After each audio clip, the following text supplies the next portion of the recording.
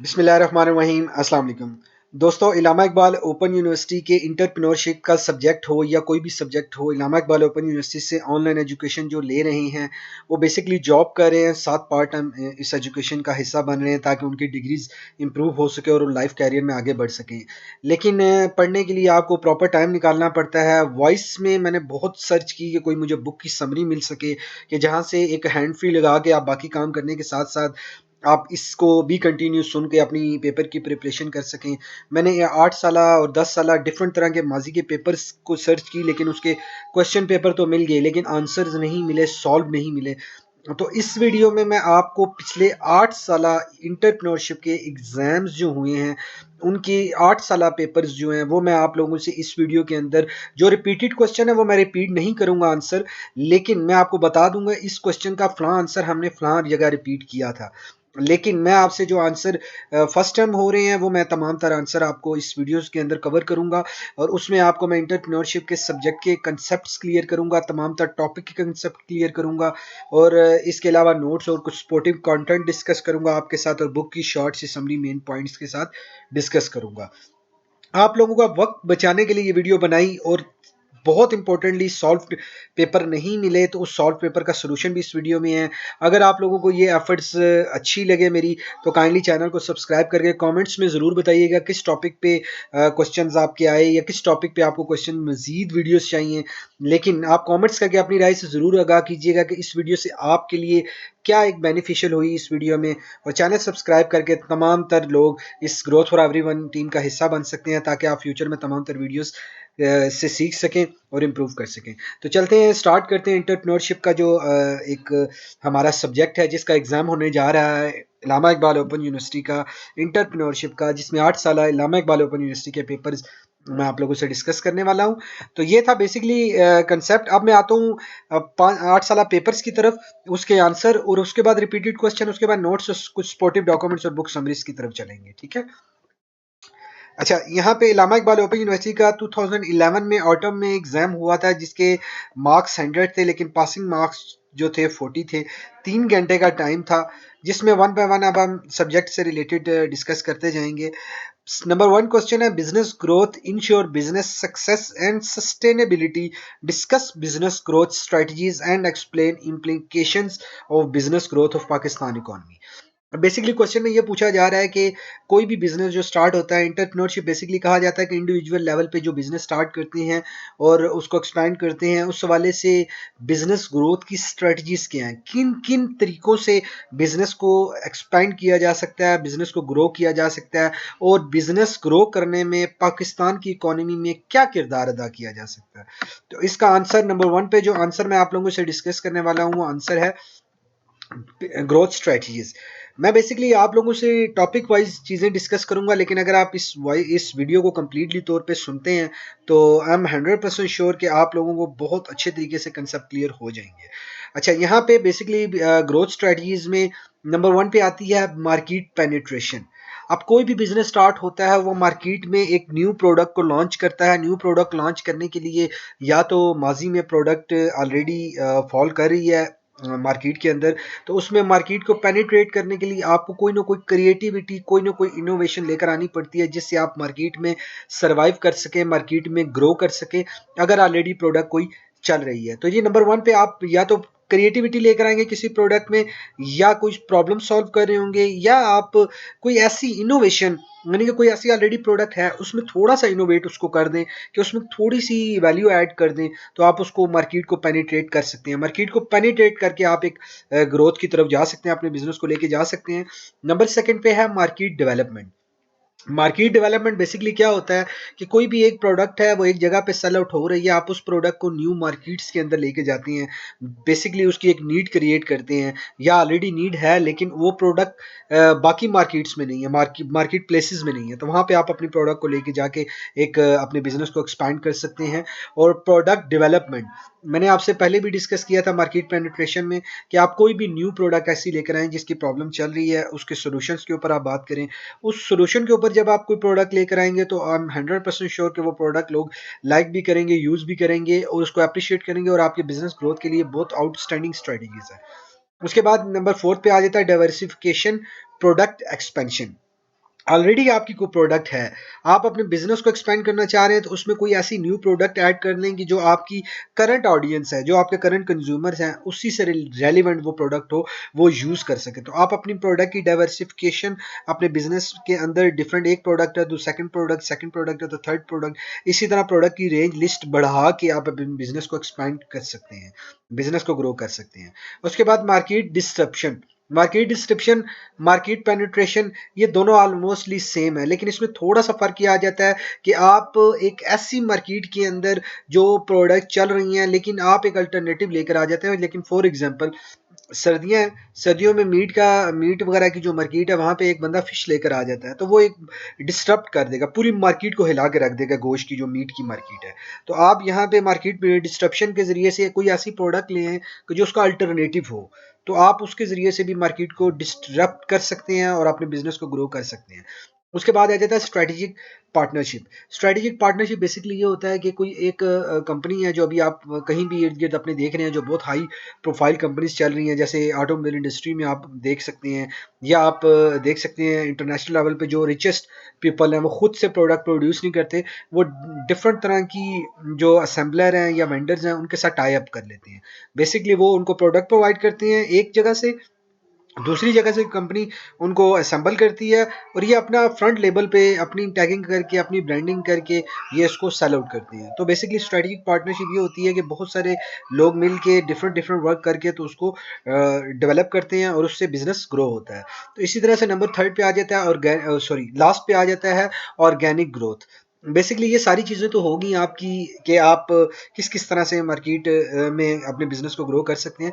और number finally जो है ऑर्गेनिक ग्रोथ, ये होती है कि आप ऑर्गेनिकली, एक बंदा अगर प्रोडक्ट यूज़ करता है कि प्रोडक्ट की क्वालिटी अच्छी है, वो दूसरे को रेफर करेगा। आप नॉर्मली मार्केटिंग कैंपेन जो नॉर्मल चल रही हैं, बिल बोर्ड्स चल रहे हैं, डिफरेंट तरह की मार्केटिंग फिर स्ट्रेटजीज आ जाती हैं जो ऑर्गेनिक ग्रोथ के अंदर आती हैं। यहाँ से आप एक अच्छी ग्रोथ कर सकते हैं। तो ये हमारा पहला क्वेश्चन था। सेकंड क्वेश्चन की तरफ आते हैं। Economic recession had led to business bankruptcy across the Economics Board of International Economic. Explain what bankruptcy is and how entrepreneur can turn bankruptcy into successful business. Basically economic recession के accordingly कहा गया है कि बैंक्रप्सीज हो जाती है। Economic recession क्या होता है, ये मैं आपको इस आंसर में आपको मैं डिफाइन करने वाला हूँ। बेसिकली इकोनॉमिक रिसेशन, बेसिकली इस मुल्क के अंदर या पूरी दुनिया के अंदर इकोनॉमिक रिसेशन आया था कोविड को लेकर। बहुत ही एक स्ट्रेट फॉरवर्ड एग्जांपल है जो कि एक इकोनॉमिक रिसेशन को प्रेजेंट करती है। वो है कोविड के दिनों में आपने देखा था पूरी दुनिया की इकोनॉमी डाउन चली गई थी, और यहाँ पे इकोनॉमिक रिसेशन आ गया था। इकोनॉमिक रिसेशन बेसिकली ये भी होता है कि डिमांड बहुत रिड्यूस हो जाए, और इसको बेसिकली कहा जाता है स्लम्पिंग सेल्स। ये मैं टॉपिक में आपसे डिस्कस करूंगा, लेकिन पहले कंसेप्ट हम समझ लेते हैं इकोनॉमिक रिसेशन होता क्या है। इकोनॉमिक रिसेशन बेसिकली हर एक बिजनेस के लिए, हर एक कंट्री के लिए डिफरेंट होता है, लेकिन इकोनॉमिक रिसेशन में ज़्यादातर इशू ये आता है कि आपके रिसीवेबल बढ़ जाते हैं।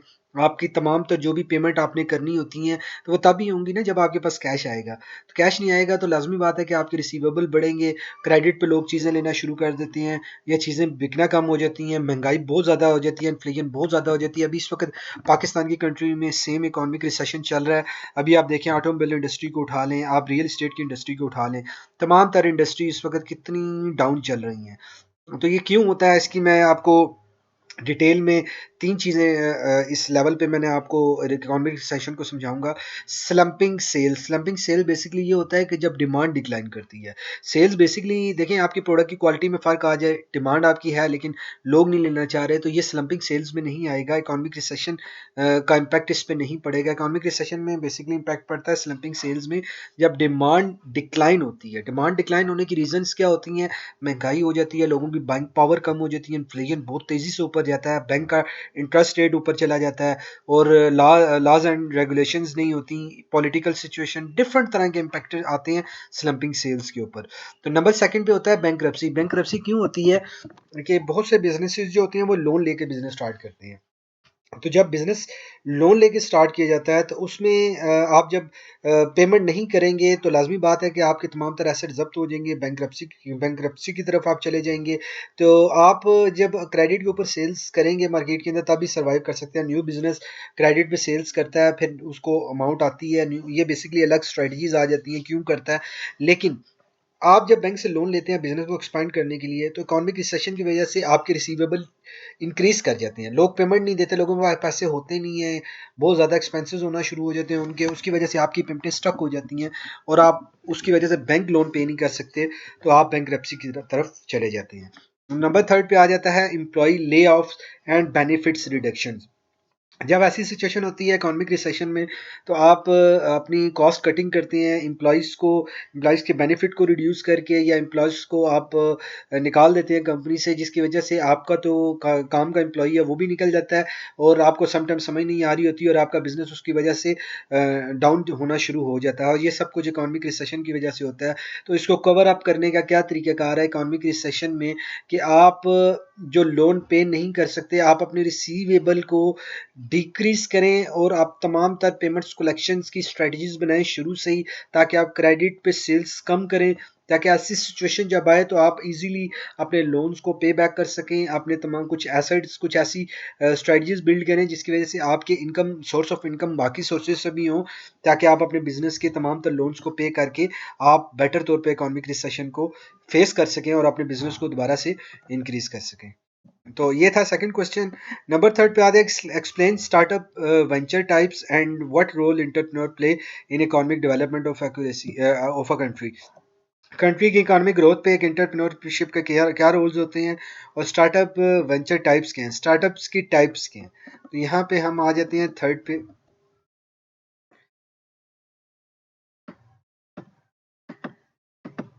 ये okay, now startup venture types को हम पहले डिस्कस करेंगे। स्टार्टअप वेंचर टाइप्स होती क्या है, कि बेसिकली टाइप्स में बिग बिजनेसेस स्टार्टअप्स आ जाते हैं, companies with large capital and revenue in market. जिन वेंचर्स के मार्केट के अंदर बहुत बड़ा एक कैपिटल इन्वेस्ट होता है, डिफरेंट तरह की इंडस्ट्री, ये बेसिकली मैन्युफैक्चरिंग इंडस्ट्रीज की भी बात हो रही है इसमें, कि जो बड़े बिजनेसेस के स्टार्टअप होते हैं उनमें ज़्यादा कैपिटल रखता है और वो ज़्यादा एक मार्केट को कैप्चर कर सकते हैं और ज़्यादा मार्केट में प्रेजेंस होती हैं। तो ये बड़े बिजनेस के स्टार्टअप्स जो होते हैं वो स्टार्टअप्स की टाइप में आते हैं। नंबर सेकंड पे आता है सोशल एंटरप्रेन्योरशिप स्टार्टअप्स। ये बेसिकली नॉन प्रॉफिट ऑर्गेनाइजेशंस होती हैं जो कि प्रॉफिट की गर्ज से नहीं होती, सोसाइटी में कोई कंट्रीब्यूशन करने जा रही होती हैं, सोसाइटी में कोई ऐसा काम करने जा रही होती हैं जिससे लोगों की लाइफ ईजी हो रही होती है, और ज़्यादातर पुअर लोगों की ईजी हो रही होती है। और इवन के सक्सेसफुल लोग और रिचेस्ट लोग भी आते हैं, लेकिन नॉर्मली तौर पे ये बेसिकली नॉन प्रॉफिट ऑर्गेनाइजेशन जो है ये गरीबों के लिए बेसिकली बनाई जाती है, ताकि उनकी नीड्स को फुलफिल किया जा सके और बाकी एक्सवाइजी। सो नंबर थर्ड पे है बायएबल स्टार्टअप। बायएबल स्टार्टअप बेसिकली क्या होते हैं, कि आपने एक कोई चीज़ प्रोड्यूस कर लिया, आप एक बिजनेस स्टार्ट कर चुके हैं, आप बिजनेस कर रहे हैं, अब एक टेक कंपनी आती है, आपको एक सोल्यूशन देती है कि आप अपने बिजनेस को मजीद एक्सपांड करने के लिए ये स्ट्रेटजीज आप अडॉप्ट कर सकते हैं। तो जो आप एक टेक की एक सर्विसेज लेते हैं, वो जो होती है वो बायएबल स्टार्टअप कहलाएगा, क्योंकि वो बेसिकली आपको एक सर्विस दे रहा है जिसकी बेस पे वो भी बिजनेस अपना स्टार्ट कर रहा है और आपके बिजनेस के अंदर कंट्रीब्यूशन भी हो रही है। तो बायएबल स्टार्टअप की डिफरेंट टाइप्स मजीद आ जाती हैं जो मैं आगे चल के आप लोगों से डिस्कस करने वाला हूँ। तो ये मैं आप लोगों से सब बेसिक पॉइंट्स डिस्कस कर रहा हूँ। नंबर फोर्थ पे आ जाता है स्केलेबल स्टार्टअप। एक स्टार्टअप ऑलरेडी है लेकिन वो स्केल करना चाह रहा है, नेक्स्ट लेवल की तरफ जाना चाह रहा है, तो ये भी बेसिकली स्टार्टअप की टाइप ही होती है। इसको बेसिकली स्टार्टअप लोग कहते नहीं, लेकिन अगर आप एक करंटली बिजनेस कर रहे हैं, उसको नेक्स्ट फ्रेंचाइज की सूरत में लेके जाना चाहते हैं या किसी और कंट्री में बिजनेस को स्टार्ट करना चाहते हैं, बेसिकली तो बिजनेस एग्जिस्ट कर रहा है लेकिन सेकंड आप उसको एक्सपैंड करना चाह रहे हैं, तो basically potential to grow, scalable startup इसको बोलेंगे। तो नंबर फिफ्थ पे आ जाता है small and medium size enterprises startup. ये बेसिकली साइज में और रेवेन्यू में बिग स्टार्टअप की निस्बत थोड़ा कम होते हैं। छोटे छोटे स्टार्टअप जिसमें 10-15 लोग होते हैं, 20 लोग होते हैं, यहाँ से एक स्टार्टअप जब शुरू किया जाता है, small and medium size startup उसको कहा जाता है। ये स्टार्टअप की टाइप्स मैं आप लोगों से डिस्कस कर रहा हूँ, तो ये स्टार्टअप के टाइप्स के आप लोगों को कंसेप्ट क्लियर होने चाहिए। तो नंबर 6 पे आ जाता है, नंबर 7 पे sorry, of shoot startups, companies that branch of from bigger corporation. Okay, ये कंपनी जितनी भी होती हैं, ये अगर ब्रांच वगैरह अगर दूसरी कंट्रीज के अंदर इस्टेब्लिश करती हैं तो ये बेसिकली ऑफ शूट स्टार्टअप्स आ जाती हैं, क्योंकि वहाँ का तमाम तर सिनेरियो डॉक्यूमेंटेशन डिफरेंट होती है, वो यहाँ से प्रोडक्ट भेज रहे होते हैं बना के। तो इस तरह से जो स्टार्टअप्स होते हैं वो ऑफ शूट स्टार्टअप्स कहलाते हैं। लाइफ स्टाइल स्टार्टअप्स, ये बेसिकली किसी की कोई हॉबी होती है, उसमें कोई बिजनेस बना लेता है उसको, कोई भी अपनी हॉबी को अगर बिजनेस बनाता है तो बेसिकली लाइफ स्टाइल स्टार्टअप कहलाया जाएगा। फॉर एग्जाम्पल, कि जिस तरह से एक पर्सन को फुटबॉल खेलने का बहुत शौक है, तो फुटबॉल खेलते खेलते वो फुटबॉल खेलते खेलते फुटबॉल की ही प्रोडक्ट का एक बिजनेस स्टार्ट कर देता है, फुटबॉल की टीम से रिलेटेड प्रोडक्ट बनाना शुरू कर देता है। तो इस तरह के जो लोग होते हैं उनको बेसिकली कहा जाता है कि लाइफ स्टाइल स्टार्टअप्स। और इनकी कंट्रीब्यूशन बेसिकली इकोनॉमी में क्या होती है कि स्टार्टअप कोई भी होता है उसकी कंट्रीब्यूशन गवर्नमेंट की लेवल पे या एक इकोनॉमिक लेवल पे कंट्री के अंदर कंट्रीब्यूशन ये होती है कि वो टैक्सेस पे करते हैं, वो न्यू जॉब्स क्रिएट करते हैं, वो डिफरेंट तरह के सोर्सेज क्रिएट करते हैं कि जहाँ से वो जॉब्स की अपॉर्चुनिटी क्रिएट कर सकें, मैन्युफैक्चरिंग, असेंबलिंग, फिर सेलिंग, फिर मार्केटिंग, ये तमाम तर चीज़ें होती हैं। अब नंबर 4 पे आ जाते हैं। Business plan can lead to streets और failure of a business. Analyse this statement, explain all steps of business plan. Business plan के रिलेटेड है कि कब बिजनेस स्टार्ट करने के लिए आपके पास आइडिया आ जाता है, आपके पास फाइनेंस आ जाता है, फिर आप एक बिजनेस प्लान एक इस्टेब्लिश करते हैं कि बिजनेस प्लान बनाने के बाद आप बिजनेस को कैसे स्टार्ट करेंगे। तो ये थोड़ा सा नहीं, बहुत इंपॉर्टेंट है, लेकिन ये आपने थोड़ा मजीद फोकस के साथ इसको देखना है ताकि इसको मैं डिटेल में आपके साथ शेयर कर सकूं। Okay, a business plan is a very very important and strategic tool for enterprise. Every year thousands of business failed. अच्छा, आपने देखा होगा कि इस दुनिया के अंदर तकरीबन 110 अगर स्टार्टअप स्टार्ट होते हैं तो उसमें से 7 फेल हो जाते हैं। बेसिकली इनमें मेन चीज़ ये होती है कि वो बिजनेस प्लान उन्होंने नहीं किया होता। बिजनेस को स्टार्ट करने के लिए आपके पास प्रोडक्ट है, आपके पास फाइनेंस है, आपके पास सब कुछ है, लेकिन आपके पास प्लानिंग नहीं है। आप कहीं किसी दूसरे डेस्टिनेशन पे जाना चाह रहे हैं, आपके पास रोड मैप नहीं है, आपके पास नक्शा नहीं है, तो उसके लिए प्रॉब्लम ये होगी कि आप उस डेस्टिनेशन पे टाइमली नहीं पहुंच पाएंगे। सम टाइम ऐसा होगा कि कहीं पे आप ऐसा जाके स्टक हो जाएंगे कि आप उस डेस्टिनेशन पे कभी भी नहीं पहुंच पाएंगे। तो उसके लिए बिजनेस प्लान बहुत ज़्यादा ज़रूरी होता है। बिजनेस प्लान के अंदर टाइप्स होती है बिजनेस प्लान की, कि क्या क्या प्लान्स की टाइप्स हैं, उसके बाद की एलिमेंट्स क्या हैं कि बिजनेस प्लान लिखा कैसे जाता है।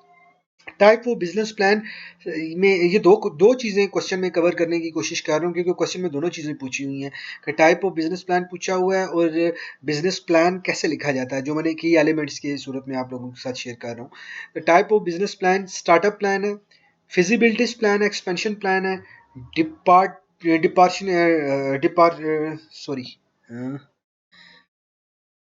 ओके सॉरी ऑपरेशनल प्लान है और स्ट्रैटेजिक प्लान है। ओके, यहाँ पे बेसिकली स्टार्टअप प्लान क्या होता है कि आप बिजनेस को स्टार्ट करने के लिए क्या क्या प्लान करेंगे, फिजिबिलिटीज प्लान बिजनेस की फिजिबिलिटीज के लिए क्या क्या प्लान करेंगे, एक्सपेंशन प्लान बिजनेस आपने बना लिया, स्टार्ट हो गया, उसके बाद एक्सपांड करने के लिए प्लान करते हैं, ऑपरेशनल प्लान बिजनेस के अंदर क्या क्या डिपार्टमेंट कैसे ऑपरेट करेंगे, कैसे सिस्टम प्रोसीजर प्रोसेस बनेंगे वो, और स्ट्रैटेजिक प्लान। बेसिकली बिजनेस के अंदर strategic plan main important role अदा करता है, क्योंकि ये एक सीक्रेट होते हैं कंपनीज के किसी भी चीज़ को ऑपरेट करने के लिए। नॉर्मली तो नज़र आ रहा होता है ये प्रोडक्ट लेके बेच रहे हैं, लेकिन इसके अंदर कुछ स्ट्रैटेजीज प्लानिंग की जाती है जिसके अंदर स्ट्रैटेजीज अप्लाई करके उसको मजीद प्रॉफिटेबल बनाया जाता है। तो ये था basically type of business plan. अब हम डिस्कस कर रहे हैं कि की एलिमेंट बिजनेस प्लान के क्या क्या हो सकते हैं। की एलिमेंट बेसिकली इसमें आते हैं, एग्जेक्टिव समरी आती है कि जो ओनर है उसका विजन क्या है। जब विजन आपका क्लियर होगा, क्यों आप बिजनेस करना करना चाह रहा है एक ओनर, क्योंकि ये सीईओ फाउंडर्स या डिफरेंट तरह के डायरेक्टर्स हैं, उन तमाम का एक विजन होता है कि हम कंपनी को क्यों स्टार्ट करना चाह रहे हैं, इसके पीछे बैकग्राउंड में उनकी क्या एक उनके उनका कंसेप्ट क्या है, उनको क्या बेसिकली चाहिए कि अगर कंपनी एक लोगों की प्रॉब्लम सॉल्व करना चाह रही है या पैसा बनाना चाह रही है, अगर प्रॉब्लम सॉल्व करना चाह रही है तो किस लेवल तक वो जाना चाह रही है। तो ये तमाम तरह एग्जेक्टिव समरी के अंदर चीज़ें कवर होंगी। बिजनेस डिस्क्रिप्शन के अंदर तमाम तर वो चीज़ें डिस्कस होंगी, वो चीज़ें लिखी जाएंगी कि आप बिजनेस को किन किन ऑब्जेक्टिव्स पे और किस किस तरह मिशन एंड विजन, और ये तमाम तर चीज़ें जो मिशन विजन्स की चीज़ें ये बहुत डिटेल्ड हैं। ये मैं आप लोगों से डिस्कस नहीं कर रहा क्योंकि अभी बहुत बड़ी वीडियो हो जाएगी, ऑलरेडी काफ़ी वीडियो लंबी होती जा रही है, क्योंकि अभी हम पहले क्वेश्चन के ऊपर हैं, तो 8 साल क्वेश्चन के ऊपर आपको मैं लेके जाना है। लेकिन आप कंप्लीट वीडियो ज़रूर देखिएगा, क्योंकि इसी से ही आपके तमाम तर क्वेश्चन कंसेप्ट क्लियर होंगे। Market analysis, operational operations and management, financial plan.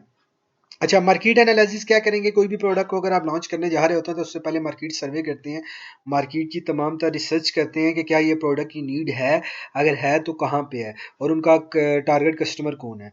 तो उसके बाद ऑपरेशंस एंड मैनेजमेंट आती है। ऑपरेशंस एंड मैनेजमेंट में आप लिखते हैं कि आपका तमाम तर बिजनेस ऑपरेट कैसे करेगा, अगर सप्लाई चेन है तो वो कैसे वर्क करेगी और कौन सा डॉक्यूमेंट्स कहाँ से होके आएगा, प्रोडक्ट कैसे आएगी, उसकी वैल्यूएशन कौन करेगा। और एक मतलब एक रेसिपी होती है, खाना बनाने की रेसिपी होती है ना, नमक, मिर्च या ऑयल या इस तरह की तमाम तर चीज़ें डाल के एक रेसिपी तैयार करती हैं। तो इसी तरह से एक बिजनेस के अंदर ऑपरेशंस एंड मैनेजमेंट भी पूरे बिजनेस को चलाने के लिए एक स्ट्रेटजीज का काम करता है कि इसमें सिस्टम, प्रोसीजर और प्रोसेसेस डाले जाते हैं। उसके बाद आ जाता है फाइनेंशियल प्लान। फाइनेंशियल प्लान में बेसिकली आप पैसा कहाँ से लाएंगे बिजनेस स्टार्ट करने के लिए। अब बिजनेस स्टार्ट हो गया है तो उसके डेली बेसिस पे एक्सपेंसेस एक्सपेंसेस के हवाले से, डेली बेसिस पे रिसीवेबल, इनकम, आउट, उसके बाद आपने वेंडर्स को पेमेंट्स करनी है, तमाम तर फिर फाइनेंशियल प्लान आप बनाएंगे। तो उस फाइनेंशियल प्लान को बनाना भी ज़रूरी है ताकि आपको पता चले आप क्या प्रॉफिटेबल जा रहे हैं या आप लॉस में जा रहे हैं। अगर लॉस में जा रहे हैं तो कैसे इंप्रूव की कर सकते हैं, आप प्रॉफिटेबल हैं तो मजीद एक्सपेंड कैसे कर सकते हैं। नंबर 4 क्वेश्चन हो गया। नंबर 5 में how do entrepreneur form.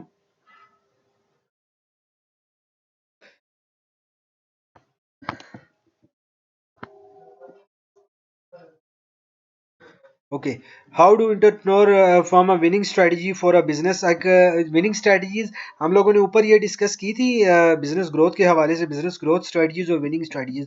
Winning strategies में मैं आप लोगों से जब डिस्कस करूंगा आपको थोड़ा सा उसमें नजर आ जाएगा कि इसमें इन्होंने एक और चीज डिस्कस की हुई है। यहाँ पे आप देख सकते हैं first mover myth. First mover myth क्या है और विनिंग बिजनेस स्ट्रेटजीज क्या है। ये बेसिकली मैंने अंडरलाइन इसलिए किए हुए हैं कि आपको पता चले कि ये क्वेश्चन के अंदर टॉपिक है। फर्स्ट मूवर मिथ क्या होती है? एक न्यू बंदा आया है कंपनी के अंदर और उसने न्यू प्रोडक्ट लॉन्च किया है, ये बेसिकली मिथ है कि लोग कहते हैं कि नई प्रोडक्ट, क्रिएटिव प्रोडक्ट होगी तभी बिजनेस सर्वाइव होगा। फास्ट मूवर एक बिजनेस चल रहा है लेकिन वो इतनी लेवल पे मार्केट नहीं कर रहा, बिजनेस एक्सपैंड नहीं कर रहा। एक फास्ट मूवर आता है और वो फौरन से बिजनेस को उठा के कहीं से कहीं ले जाता है, तो वो बेसिकली फास्ट मूवर वगैरह में शामिल होगा। ये मैं आप लोगों से डिस्कस कर रहा हूँ। वीडियो लंबी होती जा रही है, मैं टॉपिक बाय टॉपिक चलूंगा, ठीक है? आपने इसको ना टॉपिक बाय टॉपिक कवर करना है, सुनते जाइएगा, आपका कंसेप्ट क्लियर होता जाएगा।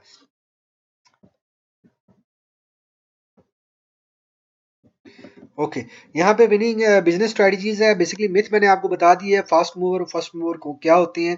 फर्स्ट मूवर वो मूवर होता है कि जो एक न्यू प्रोडक्ट लेकर आता है जो पहले मार्केट के अंदर नहीं होती। फास्ट मूवर ये होता है कि जो मार्केट में थोड़ा सा प्रोडक्ट में इनोवेट करके उसको फौरनली पूरी मार्केट के अंदर फैला देता है, जिसकी वजह से उसकी प्रोडक्ट की डिमांड भी बढ़ती है, सेल भी बढ़ती है और वो ग्रो करता है। तो यहाँ पे मैं विनिंग बिजनेस स्ट्रेटजीज के मतलब आप लोगों को बताने वाला हूँ। Business focus to providing values to customer. अच्छा, कस्टमर की ज़िंदगी में जो भी वैल्यू ऐड की जाती है, बिजनेस का मेन फोकस यही होता है कि वैल्यू एडिशन की जाए, चाहे वो फर्स्ट मूवर की शेप में हो या फास्ट मूवर की शेप में हो।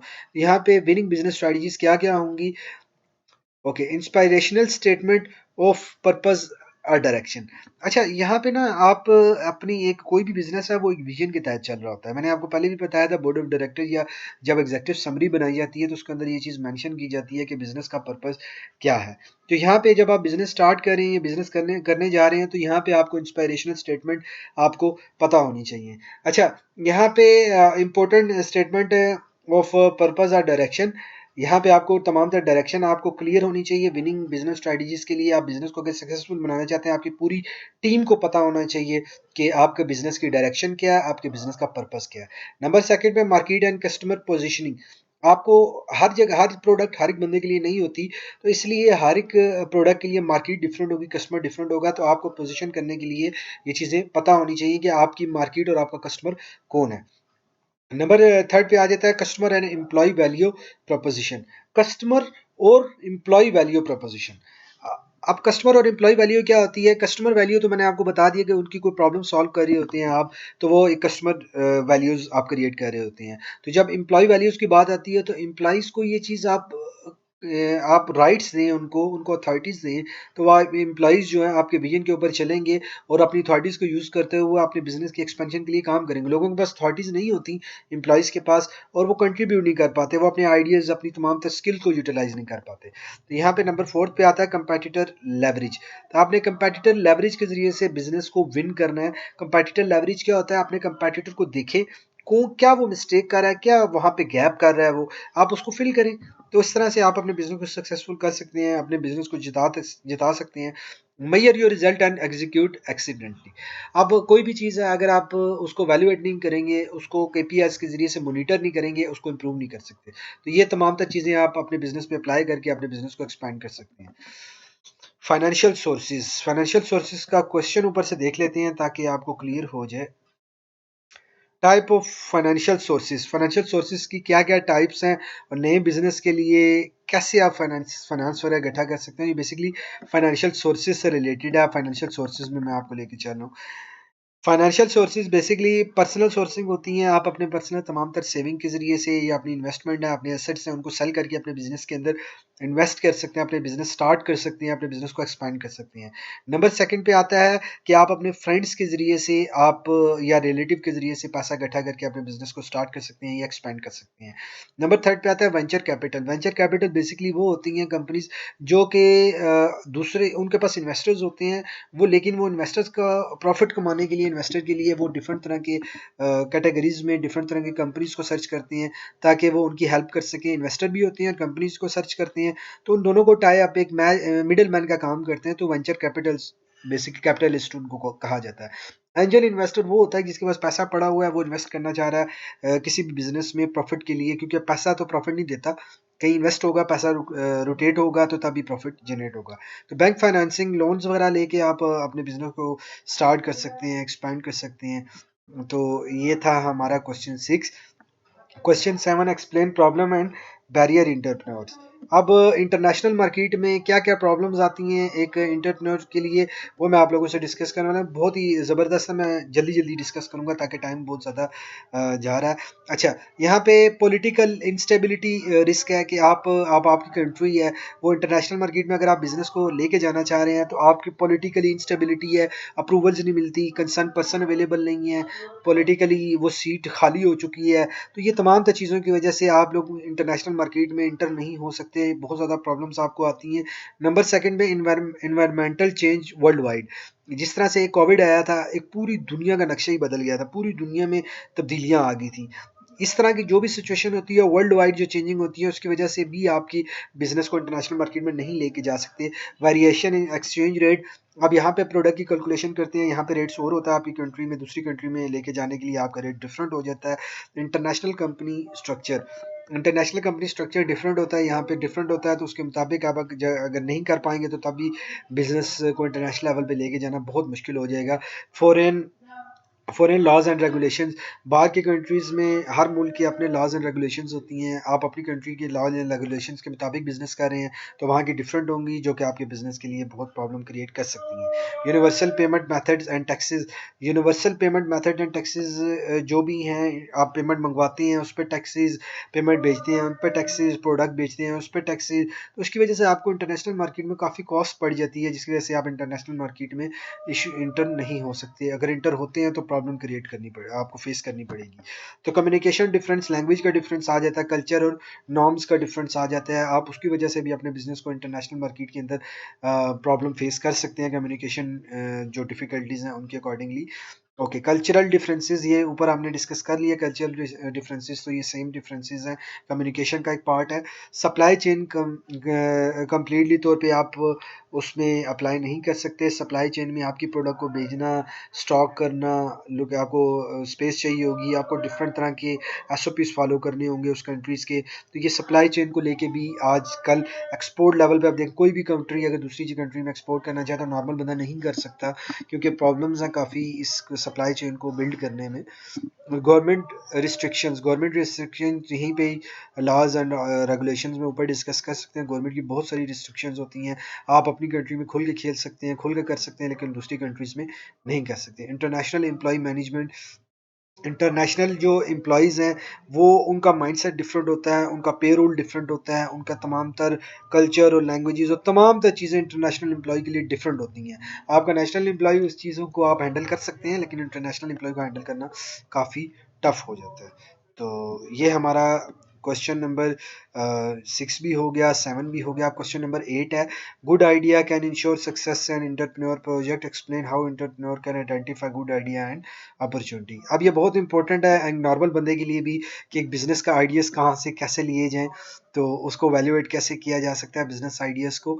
ओके, यहाँ पे आते हैं आइडेंटिफाई पेन पॉइंट। आप किसी भी, हाँ ये टॉप पे है, आप ट्रेंड को ऑब्जर्व करें, ऑब्जर्व करके ट्रेंड को आप एक न्यू आइडिया लेकर आ सकते हैं कि करेंटली देखें कि मार्केट के अंदर क्या चल रहा है, आप वहाँ से न्यू आइडिया लेकर आ सकते हैं, बिजनेस स्टार्ट कर सकते हैं। आप देखेंगे मार्केट में कौन सी पेन चल रही है, कौन सी प्रॉब्लम चल रही है जिसको आप सॉल्व कर सकते हैं। अगर उसका सोल्यूशन ऑलरेडी है तो आप उस मार्केट के अंदर इंट्रोड्यूस करवा सकते हैं या न्यू सोल्यूशन लेकर आ सकते हैं।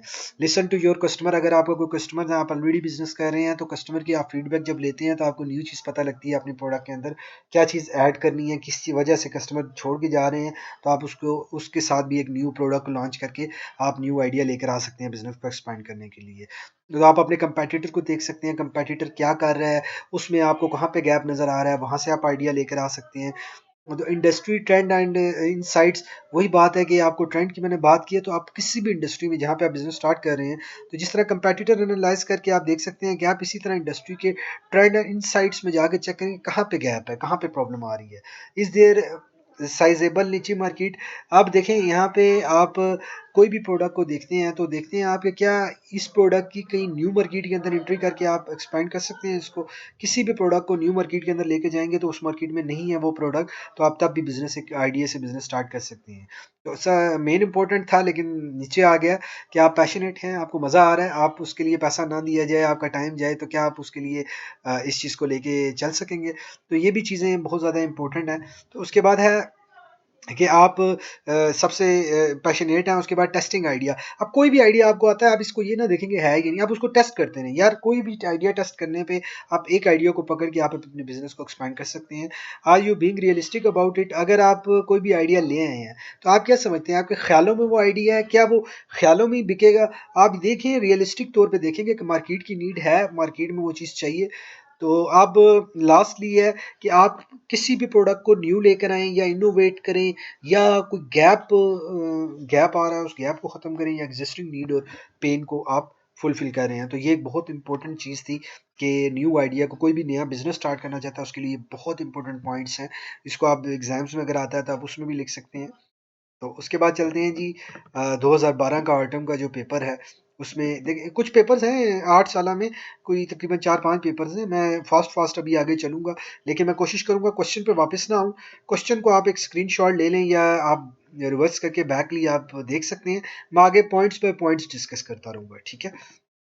ये देख लें आप क्वेश्चन को। कभी नेक्स्ट टाइम जब आंसर्स को डिस्कस करूंगा, मैं सिर्फ आंसर्स के टॉपिक को डिस्कस करूंगा, तो आप क्वेश्चन को खुद ही देख सकते हैं। लेकिन जहाँ पे क्वेश्चन रिपीट होंगे तो वहां पे मैं रोक के आपको बताऊंगा कि इसका आंसर फलां जगह फलां टाइम था, हम लोग ने डिस्कस किया था, ठीक है? अब चलते हैं हम। ये दो क्वेश्चन इसलिए लिखे हैं 2012 का स्प्रिंग और ऑटम कि ये बेसिकली इसके आंसर्स जो हैं वो इसी डॉक्यूमेंट के अंदर ही। अच्छा, history of entrepreneurs and growth in Pakistan economy.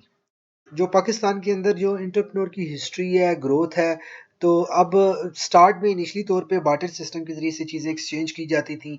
आप एंटरप्रेन्योर, वो हर बंदा एंटरप्रेन्योर होता था, वो अपनी एक प्रोडक्ट लगाता था, वो दूसरे को वो प्रोडक्ट देता था, दूसरे से प्रोडक्ट एक्सचेंज करता था। तो बेसिकली ये एंटरप्रेन्योर की ग्रोथ पहले हिस्ट्री थी और फिर growth in Pakistan economy. Pakistan economy में मैंने ऑलरेडी इस चीज़ को डिस्कस किया है पिछले जो क्वेश्चंस में। आप देख सकते हैं पाकिस्तान की इकॉनमी में क्या रोल अदा करता है एक एंटरप्रेन्योर।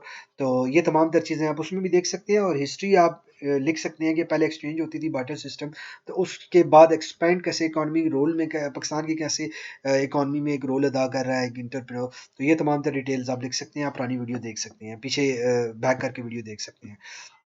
ओके। अब जो चैलेंजेस आ रहे हैं बिजनेस को मैनेज करने और ग्रो करने में, वो आ रहे हैं basically lack of direction, vision. अगर आपका विजन नहीं है, मकसद नहीं है, कोई ऑब्जेक्टिव नहीं है बिजनेस करने का, सिर्फ प्रॉफिट कमाना है, तो एक पुअर प्लानिंग है। आपको प्लानिंग करनी पड़ेगी सबसे पहले, आपको डायरेक्शन की, विजन। देखिए, विजन जब होगा तो डायरेक्शन आप बनाएंगे, विजन नहीं होगा डायरेक्शन नहीं बनेगी, तो विजन बना के फिर डायरेक्शन बनाइए। उसके बाद नंबर सेकंड पे आता है कीपिंग कैश फ्लो पॉजिटिव। आप कोई भी बिजनेस करें उसमें कैश फ्लो हमेशा पॉजिटिव होना चाहिए, आपकी प्रॉफिटेबिलिटी होनी चाहिए। अगर नहीं है प्रॉफिटेबिलिटी, तो प्रॉफिटेबिलिटी की तरफ फोकस करें, प्रॉफिटेबिलिटी कैसे इंक्रीज की जा सकती है, तो ये बहुत बड़ा चैलेंज है। नंबर थर्ड पे आ जाता है बैलेंसिंग क्वालिटी एंड ग्रोथ। सबसे बड़ा मसला ये आ जाता है कि आपको क्वालिटी मेंटेन करने के लिए एसओपीज बनाने पड़ते हैं। कंपनीज के अंदर एसओपी नहीं होती है, प्रोडक्ट बास्ट टाइम सही बनती है, बास्ट टाइम कोई इशू आ जाता है, तो ये तमाम तर चीज़ें ग्रोथ में काफ़ी प्रॉब्लम क्रिएट करती हैं। बिजनेस के ग्रोथ को मैनेज करने के लिए ये प्रॉब्लम भी आ रही है। अच्छा, रिस्पॉन्डिंग टू कंपेटिटर। देखिए, कंपेटिटर जो कर रहा है आपने उससे ज़्यादा फास्टली करना है, आप नहीं कर पाते, इसीलिए आपको ये चैलेंज आ रहा है, तो कि आपका कंपेटिटर आपसे आगे निकल जाता है। तो उसके बाद क्या चैलेंज आता है कि आप मार्केट में चेंजेस जो हो रही है ना, चैलेंजेस जो आ रहे हैं, डिफरेंट चेंजेस हो रही हैं, माइंडसेट चेंज हो रहा है, मार्केट के सिनेरियो चेंज हो रहे हैं, तो ये तमाम तर चीज़ें चेंज हो रही हैं, तो ये भी चैलेंज है मार्केट में सर्वाइव करने के लिए। आपका बिजनेस जो है आप मैनेज नहीं कर सकते, ग्रोथ में प्रॉब्लम आ रही है, सिस्टम प्रोसीजर प्रोसेस ना होने की वजह से आ रही है। आपको नहीं पता, एक दफ़ा प्रोडक्ट बन गई, बिक गई, आप समझते हैं कि वो नेक्स्ट टाइम भी बिक जाएगी। अगर सिस्टम प्रोसीजर नहीं होगा तो आप बिजनेस में इन्वॉल्व रहेंगे, बिजनेस को एक्सपैंड नहीं कर सकते, बिजनेस की ग्रोथ में बहुत प्रॉब्लम आ सकती है। उसके बाद प्रोडक्टिविटी ट्रैकिंग सिस्टम ना होने की वजह से भी प्रॉब्लम आती है कि आप उसको एक्सपैंड नहीं कर सकते। आप के पास कोई रोल्स नहीं है, आपके पास कोई ऐसी चीज़ नहीं है आप एवेलुएट कर सकें कि यार जो आपका एम्प्लॉय काम कर रहा है, क्या 8 घंटे वो काम कर रहा है, तो क्या 8 घंटे एग्ज़ैक्टली यूटिलाइज़ हो रहे हैं? तो ये प्रोडक्टिविटी को ट्रैक ना करने की वजह से भी ये चैलेंज भी है मार्केट के अंदर, जिसकी वजह से आप बिज़नेस को एक्सपैंड नहीं कर सकते। तो उसके बाद है फाउंडर डिपेंडेंट्स। आप किसी पे आपका आपका बिजनेस किसी पे डिपेंडेंट है ना, तो तब भी आपके लिए ये प्रॉब्लम आ सकती है। तो बिजनेस डिपेंडेंट जो है ये भी चीज़ देखने वाली है कि आप किसी पे डिपेंड ना करें अपने बिजनेस में। Okay, lack of fund basically यही है कि आपके पास फंड्स की कमी है, आप बिजनेस एक्सपांड नहीं कर सकते। अगर एक्सपांड करते हैं तो फंड कहाँ से लाएंगे, वो कहाँ से पे करेंगे, अगर लोन ले लेते हैं, तो ये तमाम तर चीज़ें चैलेंजेस आते हैं बिजनेस की ग्रोथ में। तो लैक ऑफ टाइम, अगर आपने सिस्टम नहीं बनाए हुए, अपने सिस्टम डिफरेंट सॉफ्टवेयर अप्लाई नहीं किए हुए, आप टाइम बहुत ज़्यादा स्पेंड हो जाता है वहाँ पे, तो टाइम की कमी की वजह से भी आपको ये प्रॉब्लम फेस करनी पड़ सकती है। तो पुअर कस्टमर सर्विस, आप अगर एक प्रोडक्ट बना चुके हैं उसके बाद आप उस पे प्रॉपर तौर पे कस्टमर सर्विस नहीं दे रहे, आफ्टर सेल सर्विस नहीं दे रहे, तो उसकी वजह से भी आपको ग्रोथ में काफ़ी चैलेंजेस फेस करने पड़ सकते हैं। अच्छा, उसके बाद क्वेश्चन है impact of people culture differences on business growth. यहाँ पे ग्रोथ जो है मार्केट में, कि आपको कल्चरल और डिफरेंसेस, मैंने आपको इंटरनेशनल मार्केट में इंटरेस्ट का बताया था कि वहाँ पे क्या क्या इशू आ सकते हैं। तो यहाँ पे जो है impact of people culture differences और बिजनेस ग्रोथ, सेम वही है कि कल्चर और पीपल कैसे इसमें इफेक्ट करते हैं आपके बिजनेस की ग्रोथ में। तो मैं यहाँ पे आपको बता देता हूँ, कम्युनिकेशन प्रॉब्लम्स आती हैं कि आपको डिफरेंट लैंग्वेज बैरियर आ सकती हैं, आपको डिफरेंट नॉर्म्स का इश्यूज आ सकते हैं, कल्चरल इश्यूज आ सकते हैं। तो ये कम्युनिकेशंस जो हैं ये इम्पैक्ट करती हैं बिजनेस ग्रोथ के अंदर।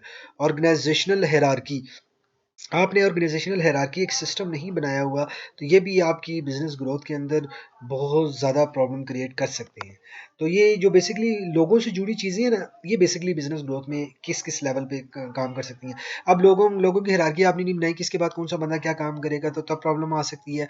वर्क प्लेस एथिक्स नहीं आपने बनाए, तो ये वर्क प्लेस में लोग कैसे काम करेंगे, क्या बिहेवियर्स होंगे, क्या नॉर्म्स होंगे, ये तमाम तर चीज़ें आपने नहीं बनाई, तो फिर भी पीपल और कल्चर की वजह से आपको बिजनेस ग्रोथ में प्रॉब्लम आ सकती है। टारगेट ऑडियंस आपने नहीं सेट की, आप कोई भी चीज़ कहीं पे बेच रहे हैं, तो ये भी पीपल की वजह से आपके बिजनेस में इश्यूज आ सकते हैं। पीपल किस तरह अफेक्ट करते हैं आपके बिजनेस में। Okay, technology and time differences.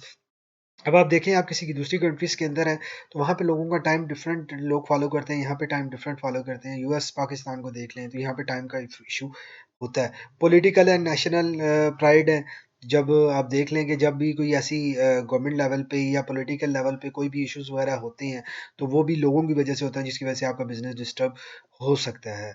उसके बाद डिफरेंट वैल्यूज एंड इंटरेस्ट हैं, कहीं के देखें, हर एक प्रोडक्ट हर बंदे के लिए नहीं होती, हर बंदे की वैल्यूज डिफरेंट होती है। अभी आप एक बंदा है, उसको कहते हैं कि गोल्ड में इन्वेस्ट करें, एक बंदे को रियल एस्टेट में इन्वेस्ट करें। एक बंदे का माइंडसेट, उसका प्रॉफिटेबिलिटी हुई है गोल्ड के अंदर, तो वो कभी भी रियल एस्टेट में नहीं जाएगा, वो गोल्ड को वैल्यूज देगा। तो ये लोगों की जो एक इंटरेस्ट है, ये बहुत ज़्यादा इम्पैक्ट करते हैं आपके बिजनेस की ग्रोथ के ऊपर। गवर्नमेंट रूल्स एंड रेगुलेशंस, वही लास्टली मैंने आपसे डिस्कस किया था, ये पॉलिटिकल भी इसी में ही आ जाता है, कवर हो जाता है। ओके, उसके बाद आता है question, generating and exploitation of new opportunity. New opportunity में मैंने आपसे लास्टली देखा होगा, न्यू आइडियाज जो हैं, यहाँ पे कह रहा है generating exploitation of new opportunity. तो न्यू आइडिया ही है बेसिकली, लेकिन यहाँ पे थोड़ा सा डिफरेंट है। यहाँ पे सिर्फ 4 टॉपिक्स में मैं कवर कर रहा हूँ, क्योंकि लास्टली अगर आप वीडियो बैक करके देखेंगे तो वहाँ पे आपको तमाम तर डिटेल में आपको मैंने बताया कि आइडियाज़ कैसे जनरेट होते हैं, तो वहाँ से आप बिजनेस आइडियाज़ कैसे ले सकते हैं। तो बेसिकली यहाँ पे है न्यू क्रिएटिविटी, आप ला के आप कोई भी पेन पॉइंट देख लें, कोई भी तकलीफ देख लें मार्केट के अंदर, उसके ऊपर आप तकलीफ देखने के बाद आप एक इससे रिलेटेड प्रोडक्ट लेकर आ सकते हैं। नंबर सेकंड में इनोवेशंस ऑन एग्जिस्टिंग प्रोडक्ट। एक प्रोडक्ट चल रही है, उसके अंदर क्या आप गैप देख रहे हैं, कैसे आप एक छोटे से गैप को कवर करके आप उस प्रोडक्ट के अंदर तब्दील कर सकते हैं, उस प्रोडक्ट में तब्दीली ला के आप उसको मार्केट के अंदर लॉन्च कर सकते हैं। एक प्रोडक्ट ऑलरेडी है, उसके लिए न्यू मार्केट में आप कैसे जा सकते हैं। किसी की भी प्रोडक्ट आप ले लें, या आप कोई प्रोडक्ट को सेल कर रहे हैं, उस प्रोडक्ट को रीसेल करें किसी नई मार्केट के अंदर, वो भी एक बिजनेस आइडिया ही है। या एक न्यू प्रोडक्ट एग्जिस्टिंग मार्केट के अंदर आप लें, ठीक है। वो पहले पॉइंट की तरफ हम क्रिएटिविटी की तरफ चले गए हैं। तो न्यू मार्केट के अंदर आप प्रोडक्ट ले आए, या जो एग्जिस्टिंग प्रोडक्ट है वो न्यू मार्केट के अंदर ले आए। तो ये 3-4 तरीके हैं कि आप एक मार्केट के अंदर कैसे एक्सप्लॉयटेशन कर सकते हैं न्यू अपॉर्चुनिटीज के साथ। ओके, उसके बाद क्वेश्चन है, business plans created and monitor. Business plan created and monitor, ये बेसिकली मैंने आपसे लास्टली डिस्कस किया था कि बिजनेस प्लान क्या होता है। मैंने आपके साथ पूरी चीज़ें डिस्कस की थी। ये बेसिकली एक डॉक्यूमेंट होता है किसी भी बिजनेस को रन करने के लिए, एक बिजनेस प्लान उसको बोला जाता है। बिजनेस प्लान होना इसलिए ज़रूरी है कि अगर आपके पास प्लान नहीं है, आप कहीं भी कैसे भी कहीं पे भी चले जाएंगे, तो उसके लिए बिजनेस प्लान होना आपके लिए बहुत ज़रूरी है। तो यहाँ पे बिजनेस प्लान में मैं आप लोगों के साथ जो चीज़ें डिस्कस करने वाला हूँ, आप कोई भी बिजनेस स्टार्ट करें, अपना बिजनेस, किसी का बिजनेस, या इस पेपर का क्वेश्चन आप आंसर करें, तो ये यकीन करें कि बहुत रिसर्च में मैंने ये टॉपिक्स वगैरह कवर अप किए हैं। तो यहाँ पे एग्जेक्टिव समरी आती है। एग्जेक्टिव समरी के अंदर मिशन, विजन एंड वैल्यूज आती हैं। मिशन कि क्या क्या ऑब्जेक्टिव्स हैं आपके, विजन क्या है आप लोगों की कंपनी का, और वैल्यूज़ क्या हैं, आप क्या करना चाह रहे हैं सोसाइटीज़ में कंट्रीब्यूशन, आपकी प्रोडक्ट और सर्विस क्या है, उसके यूएसपी क्या है, मार्केटिंग एंड सेल्स कैसे काम करेगी, आपका मार्केटिंग एनालिसिस, कंपेटिटर एनालिसिस करने के बाद आप मार्केट कैसे करेंगे प्रोडक्ट को, कैसे मार्केट करने के बाद सेल करेंगे, सेल्स का प्रोसीजर क्या होगा, कौन सेल करेगा, ऑर्गेनाइजेशनल हायरार्की आप बनाएंगे, किस बंदे के बाद किसकी ड्यूटी है, कौन रिपोर्टिंग है, किसको कौन रिपोर्टिंग है, कौन सी ड्यूटी किसकी है। ये तमाम तरह ऑर्गेनाइजेशनल हायरार्की में आप डिपार्टमेंट बनाएंगे, लोगों की हायरार्की बनाएंगे, ये कौन सा बंदा किस चीज़ के लिए रिस्पॉन्सिबल है। उसके बाद आता है supply chain management.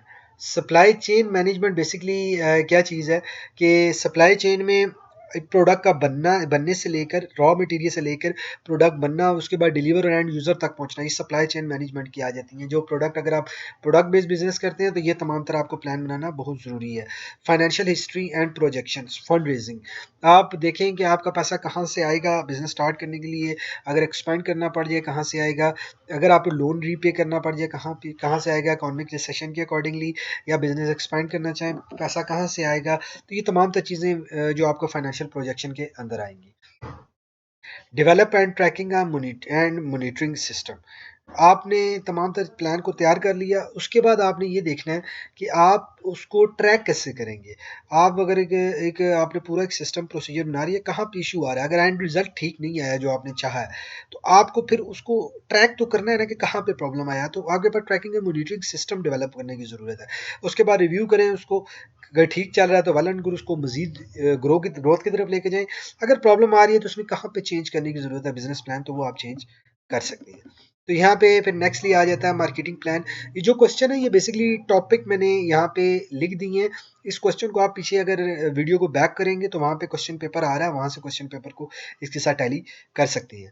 Marketing plan, स्वॉट analysis. स्वॉट analysis marketing plan basically, मैं यहाँ पे मार्केटिंग प्लान जिस तरह से बिजनेस प्लान को डिस्कस किया था, इसी तरह से आपने मार्केटिंग प्लान को डिस्कस करना है कि आपके बिजनेस के अंदर सबसे पहले आपने मार्केटिंग प्लान में स्वॉट एनालिसिस करना है। स्वॉट एनालिसिस बेसिकली यहाँ पे स्ट्रेंथ आ जाता है, वीकनेस आ जाती है, अपॉर्चुनिटी और थ्रेट्स आ जाते हैं। कोई भी प्रोडक्ट हम मार्केट के अंदर ला रहे हैं, सबसे पहले ये देखेंगे उस प्रोडक्ट की 4 स्वॉट एनालिसिस आप कर लें।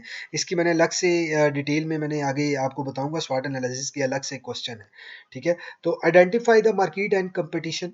आप आइडेंटिफाई करेंगे किस मार्केट के अंदर आपने फॉल करना है और वहाँ पे कंपेटिटर कौन कौन है। मार्केटिंग प्लान को लिखते वक्त define your target customer, profile बनाएं कस्टमर की, कस्टमर कौन है, बिहेवियर क्या है, कस्टमर कहाँ से आया है, कैसे परचेज करेगा, ये तमाम तर चीज़ें। फिर उसके बाद outline your marketing goal and budget. उसके बाद marketing goals and budget align करें कि ये गोल है, कैसे कैसे मार्केट करेंगे, कितना कितना एक्सपेंस होगा, तो ये तमाम तर चीज़ें आपने लिखनी है। उसके बाद आपने करना है present marketing strategies 4 P's. 4 P's में मैं यहाँ पे नीचे 4 पीस को दोबारा ऊपर लेके गया हूँ। यहाँ पे 4 पीस आप देख सकते हैं। Product, pricing, place and promotion. Marketing plan के अंदर आपने सबसे पहले प्रोडक्ट सेलेक्ट कर ली कि प्रोडक्ट कैसी होगी, प्रोडक्ट के क्या वैल्यूज़ हैं, प्रोडक्ट के अंदर क्या यूएसपी हैं, फिर उसके बाद प्राइसिंग है, फिर उसके अंदर क्या कीमत है, उसके बाद प्लेस है। प्लेस कहाँ पे ये प्रोडक्ट को आप प्रमोट करेंगे और प्रमोशन कैसे करेंगे, उस लोगों तक कैसे पहुँचाएंगे। अगर आपके पास गोल्ड है, लोगों को नहीं पता, तो आप कैसे गोल्ड को बेचेंगे। तो ये आपको मार्केट करना भी आना चाहिए कि आप मार्केट कैसे करेंगे। उसके बाद टैक्टिक है, फिर एक्शंस हैं, आपने कैसे कैसे एक्शन लेने हैं। और सेम फिर control, monitor, manage and improve. अगर बेहतर है तो इम्प्रूव करें, नहीं बेहतर तो आप इसको कट ऑफ करके उसमें चेंजिंग कर सकते हैं। उसके बाद आ जाता है इंटरिंग इंटरनेशनल मार्केट। दोस्तों इंटरिंग इंटरनेशनल मार्केट अगर आप बैक वीडियो करके देखें तो वहाँ पे मैंने आपको बताया है कि जो इंटरिंग इंटरनेशनल मार्केट में इश्यूज क्या क्या आ सकते हैं। तो अब वो थे इश्यूज। तो यहाँ पे है expand business in foreign other markets. तो जो अगर आप ये अंदर पास प्रोडक्ट है और अगर आप उसको इंटरनेशनल मार्केट के अंदर लेके जाना चाह रहे हैं, बिजनेस को एक्सपैंड करना चाह रहे हैं, तो वो कैसे करेंगे, कैसे इंटर हो सकते हैं इंटरनेशनल मार्केट में। आप एक्सपोर्टिंग कर सकते हैं, आप एक्सपोर्ट्स कर सकते हैं, आप अपनी प्रोडक्ट को इंटरनेशनल लेवल पे भिजवा सकते हैं, आप नई मार्केट के अंदर, इंटरनेशनल मार्केट के अंदर इंटर हो सकते हैं। आप आपके पास लाइसेंसिंग प्रोडक्ट है और आप इंटरनेशनल मार्केट में किसी को राइट्स देते हैं कि वो सेल कर सकें, आप इस तरह से इंटर हो सकते हैं। आप इंटरनेशनल मार्केट में फ्रेंचाइज डेवलप करके इंटर हो सकते हैं, आप जॉइंट वेंचर आप बना के इंटर हो सकते हैं, स्ट्रेटजीज एक्विजिशन आप करके इंटर हो सकते हैं। जॉइंट वेंचर बेसिकली कोई बंदा आपके साथ टाई अप कर ले कि मेरी कंपनी वहाँ पे है, आप अपनी प्रोडक्ट यहाँ पे भिजवाएं तो आपके नाम के साथ मैं इसको जॉइंट वेंचर के थ्रू हम इसको सेल कर सकते हैं। स्ट्रेटजीज एक्विजिशन, आप यहाँ से कोई ऐसी प्रोडक्ट बेचते हैं जो बाहर का बंदा थोड़ा सा उसको चेंज करके अल्टर करके आप उसको सेल करता है अपने न्यू नेम के साथ, लेकिन आपका नाम भी यूज हो रहा है, तो स्ट्रेटजीज एक्विजिशन बेसिकली कहा जाएगा। Review your company, capacity to expand, leadership and team, product and service. ये 3 तरह की चीज़ें हैं। आपने जब इंटरनेशनल मार्केट के अंदर एक्सपैंड करना है तो आपने इसको रिव्यू कर लेना है, ठीक है। तो ये बेसिकली थी आप किस तरह से इंटर हो सकते हैं। Develop a market entry strategy. अब देखें आप यहाँ से, यहाँ पे था आप कैसे इंटर हो सकते हैं और यहाँ पे है स्ट्रेटजी मार्केट में इंटर होने की। यूजिंग अ डिस्ट्रीब्यूटर एजेंट, आप वहाँ पे एक एजेंट या डिस्ट्रीब्यूटर आप बना के भी इंटर हो सकते हैं। Acquiring and partnering other local business, वहाँ पे कोई लोकल बिजनेस है, वहाँ पे अपनी प्रोडक्ट को रख के, जिस तरह से मॉल्स वगैरह आप देखते हैं, जो मॉल्स देख लें आप, या जो कैश एंड कैरी स्टोर्स हैं, वहाँ पे प्रोडक्ट किसी की होती है लेकिन लोकल बिजनेस के अंदर वो प्रोडक्ट डिस्प्ले होती है। Opening physical presence, physical presence मुराद ये है कि आप अपनी फ्रेंचाइजीज और अपनी डिफरेंट तरह के आउटलेट्स वगैरह ओपन कर सकते हैं, ठीक है। और फिर आप सेल कर सकते हैं किसी मार्केट प्लेस। अब यहाँ पे प्रोडक्ट है, इंटरनेशनल मार्केट में मार्केट प्लेसेस होंगी, आप वहाँ पे देख लें उसके अगेंस्ट उसके साथ भी आप न्यू मार्केट के अंदर इंटर कर सकते हैं। और इंडस्ट्री वाइज आप देख लें कि दूसरी कंट्रीज के अंदर उस इंडस्ट्री के अंदर इंटर होकर भी आप अपने प्रोडक्ट को एक्सपांड कर सकते हैं। Okay now, source of business idea generation. Source of business idea generation में आपको मैं बिजनेस आइडिया के सोर्सेज बता रहा हूँ कि कहाँ कहाँ से कैसे आप बिजनेस आइडिया जनरेट कर सकते हैं। पास्ट वर्क एक्सपीरियंस, आपका माजी में कोई एक्सपीरियंस रह चुका है, आप उसको अपने बिजनेस का as a business idea utilize कर सकते हैं। आपको पता होगा कि कहाँ पे गैप था, क्या था, किस तरह कर सकते हैं आप, या उसी को कॉपी पेस्ट करके बिजनेस को कर सकते हैं। उसमें हॉबी, टैलेंट एंड इंटरेस्ट, आप देखें आपकी हॉबी क्या है, आपका टैलेंट क्या है, आपका इंटरेस्ट किस में है, आप उसको बेटर तौर पे कर सकते हैं जो ऑलरेडी लोग कर रहे हैं मार्केट के अंदर। उसके बाद है कस्टमर सर्वे। आप कोई भी प्रोडक्ट है, कोई भी चीज़ है, कोई भी पेन है, आप उसका कस्टमर सर्वे कीजिए कि कहाँ पे गैप आ रहा है, उसको फुलफिल कीजिए। Brain storming, friends and family या आपके लाइक माइंडेड पीपल बिजनेसमैन है, आप उनके साथ कोई भी प्रॉब्लम को डिस्कस करेंगे। ब्रेन स्टॉर्मिंग में हर बंदा अपना अपना ओवरव्यू देगा, उस पॉइंट को सम अप करके आप एक प्रोडक्ट लॉन्च कर सकते हैं उसके सोल्यूशन के रिलेटेड। उसके बाद एक्सपर्ट कंसल्टेशन। आप एक एक्सपर्ट ऑलरेडी उस बिजनेस में है, आप उससे राय लेके आप उसको एक्सपेंड कर सकते हैं। मार्केट गैप एनालिसिस, मार्केट में गैप देखिए क्या क्या है। फिर रिसर्च एंड डेवलपमेंट, आप कोई भी प्रोडक्ट है उसमें रिसर्च एंड डेवलपमेंट करें, उसको मजीद इनोवेट करें तो उसको आप मार्केट में लेकर आ सकते हैं। करंट ट्रेंड, आप अभी के ट्रेंड देखें कि अभी ट्रेंड क्या चल रहा है। देखिए प्रोडक्ट तो चलती रहती है, ट्रेंडिंग प्रोडक्ट जैसे सर्दियाँ अब शुरू होती हैं तो आपने देखा होगा हर एक कोने पे एक खान साहब, हमारे खान भाई रेडी के ऊपर एक गर्म ग्लव्स और इस तरह की तमाम तरह एसेसरीज लेकर खड़े होते हैं। तो इसी तरह से जब सर्दियाँ आती हैं स्वेटर्स वगैरह और इस तरह की बेशुमार चीज़ें हैं, ये बेसिकली ट्रेंड से रिलेटेड है। मैस मीडिया बेसिकली एक प्रोडक्ट ऑलरेडी मार्केट के अंदर सेल हो रही है लेकिन बहुत बड़े लेवल पे नहीं हो रही, आप उसी प्रोडक्ट को बड़े लेवल पे मार्केट करके आप उसको सेल आउट कर सकते हैं। उसके बाद आ जाते हैं हम product planning and development process. Idea generation, substitute, combine, adopt, modify, वही मैंने आपसे लास्टली वीडियो में बार बार डिस्कस किया है कि कोई भी आइडिया अगर होता है तो वो किस शेप में हो सकता है। आप किसी भी प्रोडक्ट का अल्टरनेटिव लें, सब्सटीट्यूट लें, मीट की जगह फिश, एक एग्जांपल मैं आपको दे रहा हूँ, या आप बड़े मीट और मटन को कंबाइन कर दें, मतलब दोनों चीज़ें रख लें, तो तभी आप अपने बिजनेस में न्यू आइडिया को इम्प्लीमेंट कर सकते हैं। एक मीट है, आप उसके अंदर मटन को ऐड कर दें, तो ये बेसिकली कंबाइन कर रहे हैं आप।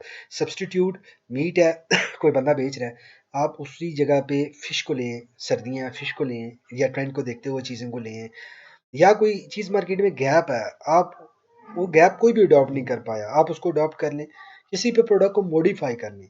एक चीज़ है, एक टेबल है, उसके ऊपर एक टेबल की मतलब एक लैपटॉप था, लैपटॉप में एक ये आ रहा था, टेबल आ रहा था, टेबल में मॉडिफिकेशन करके ये लेकर आए हैं कि टेबल फोल्ड हो जाता है, तो उसको मॉडिफिकेशन कहते हैं, मॉडिफाई करके आप प्रोडक्ट को मार्केट में ला सकते हैं। Put do another use, put to another use, आप कोई भी प्रोडक्ट मार्केट के अंदर चल रही है, ये देखें ये सब्सटीट्यूट का जिक्र किया, वही चीज़ रिपीट होगी। एलिमिनेट, यानी कि कोई भी प्रोडक्ट है आप टोटली डिफरेंट प्रोडक्ट लेकर आते हैं, न्यू क्रिएशन लेकर आते हैं, तो आप तब भी कर सकते हैं। रिवर्स री इंजीनियरिंग, कोई भी प्रोडक्ट है जो हो रही है उसके बैकएंड पे पूरे प्रोसेस को आप रिवर्स कर देते हैं, तो उसको भी आप प्रोडक्ट की शेप में लेकर आ सकते हैं, कहीं ना कहीं गैप मौजूद होता है। ठीक है, ये basically product planning and development process है। ठीक है, और यहाँ पे market research and screening idea, market research आप कैसे करते हैं ये बेसिकली इसमें बताया जा रहा है। Prototype, product concept, okay, sharing your ideas with your target markets and online forums. Market research, screening ideas, market में आप अपनी प्रोडक्ट को कैसे टेस्ट कर सकते हैं कि ये प्रोडक्ट सही है, ये नहीं है, इसको सेल करना चाहिए। कोई भी बिजनेस स्टार्ट करने से पहले मार्केट में प्रोडक्ट को टेस्ट कर लें। पहले मार्केट में आपने प्रोफाइल क्रिएट की कस्टमर की, उसके बाद मार्केट में टेस्ट किया ऑनलाइन फॉरम्स के थ्रू, उसके बाद sending out an online survey to get feedback. आपने एक नॉर्मल सर्वे मार्केट में किया, एक तो है आपने प्रोडक्ट सेल की मार्केट की, तो उसके बाद आपको रिस्पांस आया, पता चल गया। आपने डिफरेंट ऑनलाइन सर्वे किया डिफरेंट इंडस्ट्रीज मार्केट में, आपको तब पता चल गया। आपने क्राउड फंडिंग कंपनी जो इन्वेस्टमेंट करती हैं, आप उनके आगे जब पिच करेंगे अपनी प्रोडक्ट, आपको पता चलेगा क्या ड्रॉबैक है, क्योंकि वो ऑलरेडी इन्वेस्ट कर रहे होते हैं, वो आपको बता देंगे। आप टेस्टिंग कर सकते हैं मार्केट में अपने जो छोटे से ग्रुप के अंदर अपनी आइडियाज़ को इम्प्लीमेंट करके। सेम वही है ऊपर कि आप ऑनलाइन, यहाँ पे ऑनलाइन मार्केट था, यहाँ पे आप फिजिकल मार्केट में भी टेस्टिंग कर सकते हैं। ठीक है, researching market demand using Google trends, आप अपनी प्रोडक्ट को गूगल के ट्रेंड्स में जाके देख सकते हैं कीवर्ड को लिख के। वो मैंने अलग से, अगर आप वीडियो चाहिए तो मुझे कमेंट्स कीजिएगा, मैं वीडियो बनाऊंगा, बहुत ही अच्छी चीज़ है गूगल ट्रेंड्स में, आप कैसे मार्केट में रिसर्च कर सकते हैं प्रोडक्ट के ऊपर। तो आप ट्रेंड देख सकते हैं गूगल में कि क्या ये चीज़ें सर्च की जा रही हैं, तो वहाँ से आपको आइडिया हो सकता है कि मेरी प्रोडक्ट ठीक है या नहीं। लॉन्चिंग का प्रोडक्ट, आप उसमें रोड मैप जो है ना, आप रोड मैप बनाएं, आपने कैसे प्रोडक्ट को लॉन्च करना है, आप उसके अंदर एक दो स्टेप्स करेंगे तो आपको पता लग जाएगा आपकी प्रोडक्ट ठीक है या नहीं। आस्किंग आस्किंग आप लोगों से वही फीडबैक कलेक्ट करके आप कर सकते हैं फॉर्म्स के थ्रू।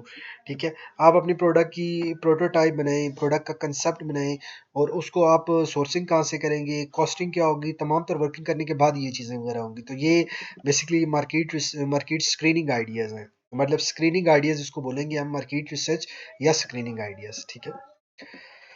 उसके बाद आ जाता है जी role of financial institute in entrepreneurship development. Entrepreneurship की डेवलपमेंट में फाइनेंशियल इंस्टीट्यूट के क्या रोल्स हैं, वो क्या रोल्स प्ले करते हैं इकोनॉमिक ग्रोथ में, कंट्री की इकोनॉमिक ग्रोथ कैसे होती है इंटरप्रेन्योरशिप बिजनेस ओनर्स की हेल्प करके, तो फाइनेंशियल इंस्टीट्यूट का क्या उसमें काम है। तो types of financial institute basically पढ़ लेते हैं पहले, कि कमर्शियल बैंक्स होते हैं, इन्वेस्टमेंट बैंक्स होते हैं, इंश्योरेंस कंपनीज होती हैं, ब्रोकरेज फर्म्स होती हैं, ठीक है। और ये उसके बाद फाइनेंशियल इंस्टीट्यूट हेल्प कैसे करती हैं, बैंकिंग सर्विसेज प्रोवाइड करके, इंश्योरेंस सर्विसेज प्रोवाइड करके, कि बिजनेस बंद हो जाता है, किसी वजह से आग लग जाती है, कोई इशू हो जाता है, तो उसमें पैसा दे के बिजनेस को बचाया जा सकता है। बैंकिंग सर्विस डेली के डेली कैश विड्रॉ पेमेंट्स के जरिए पेमेंट्स को सिक्योर के चोरी होने का खतरा ना हो, ताकि उस पेमेंट को मजीद बिजनेस एक्सपैंड करने के लिए यूटिलाइज किया जा सके।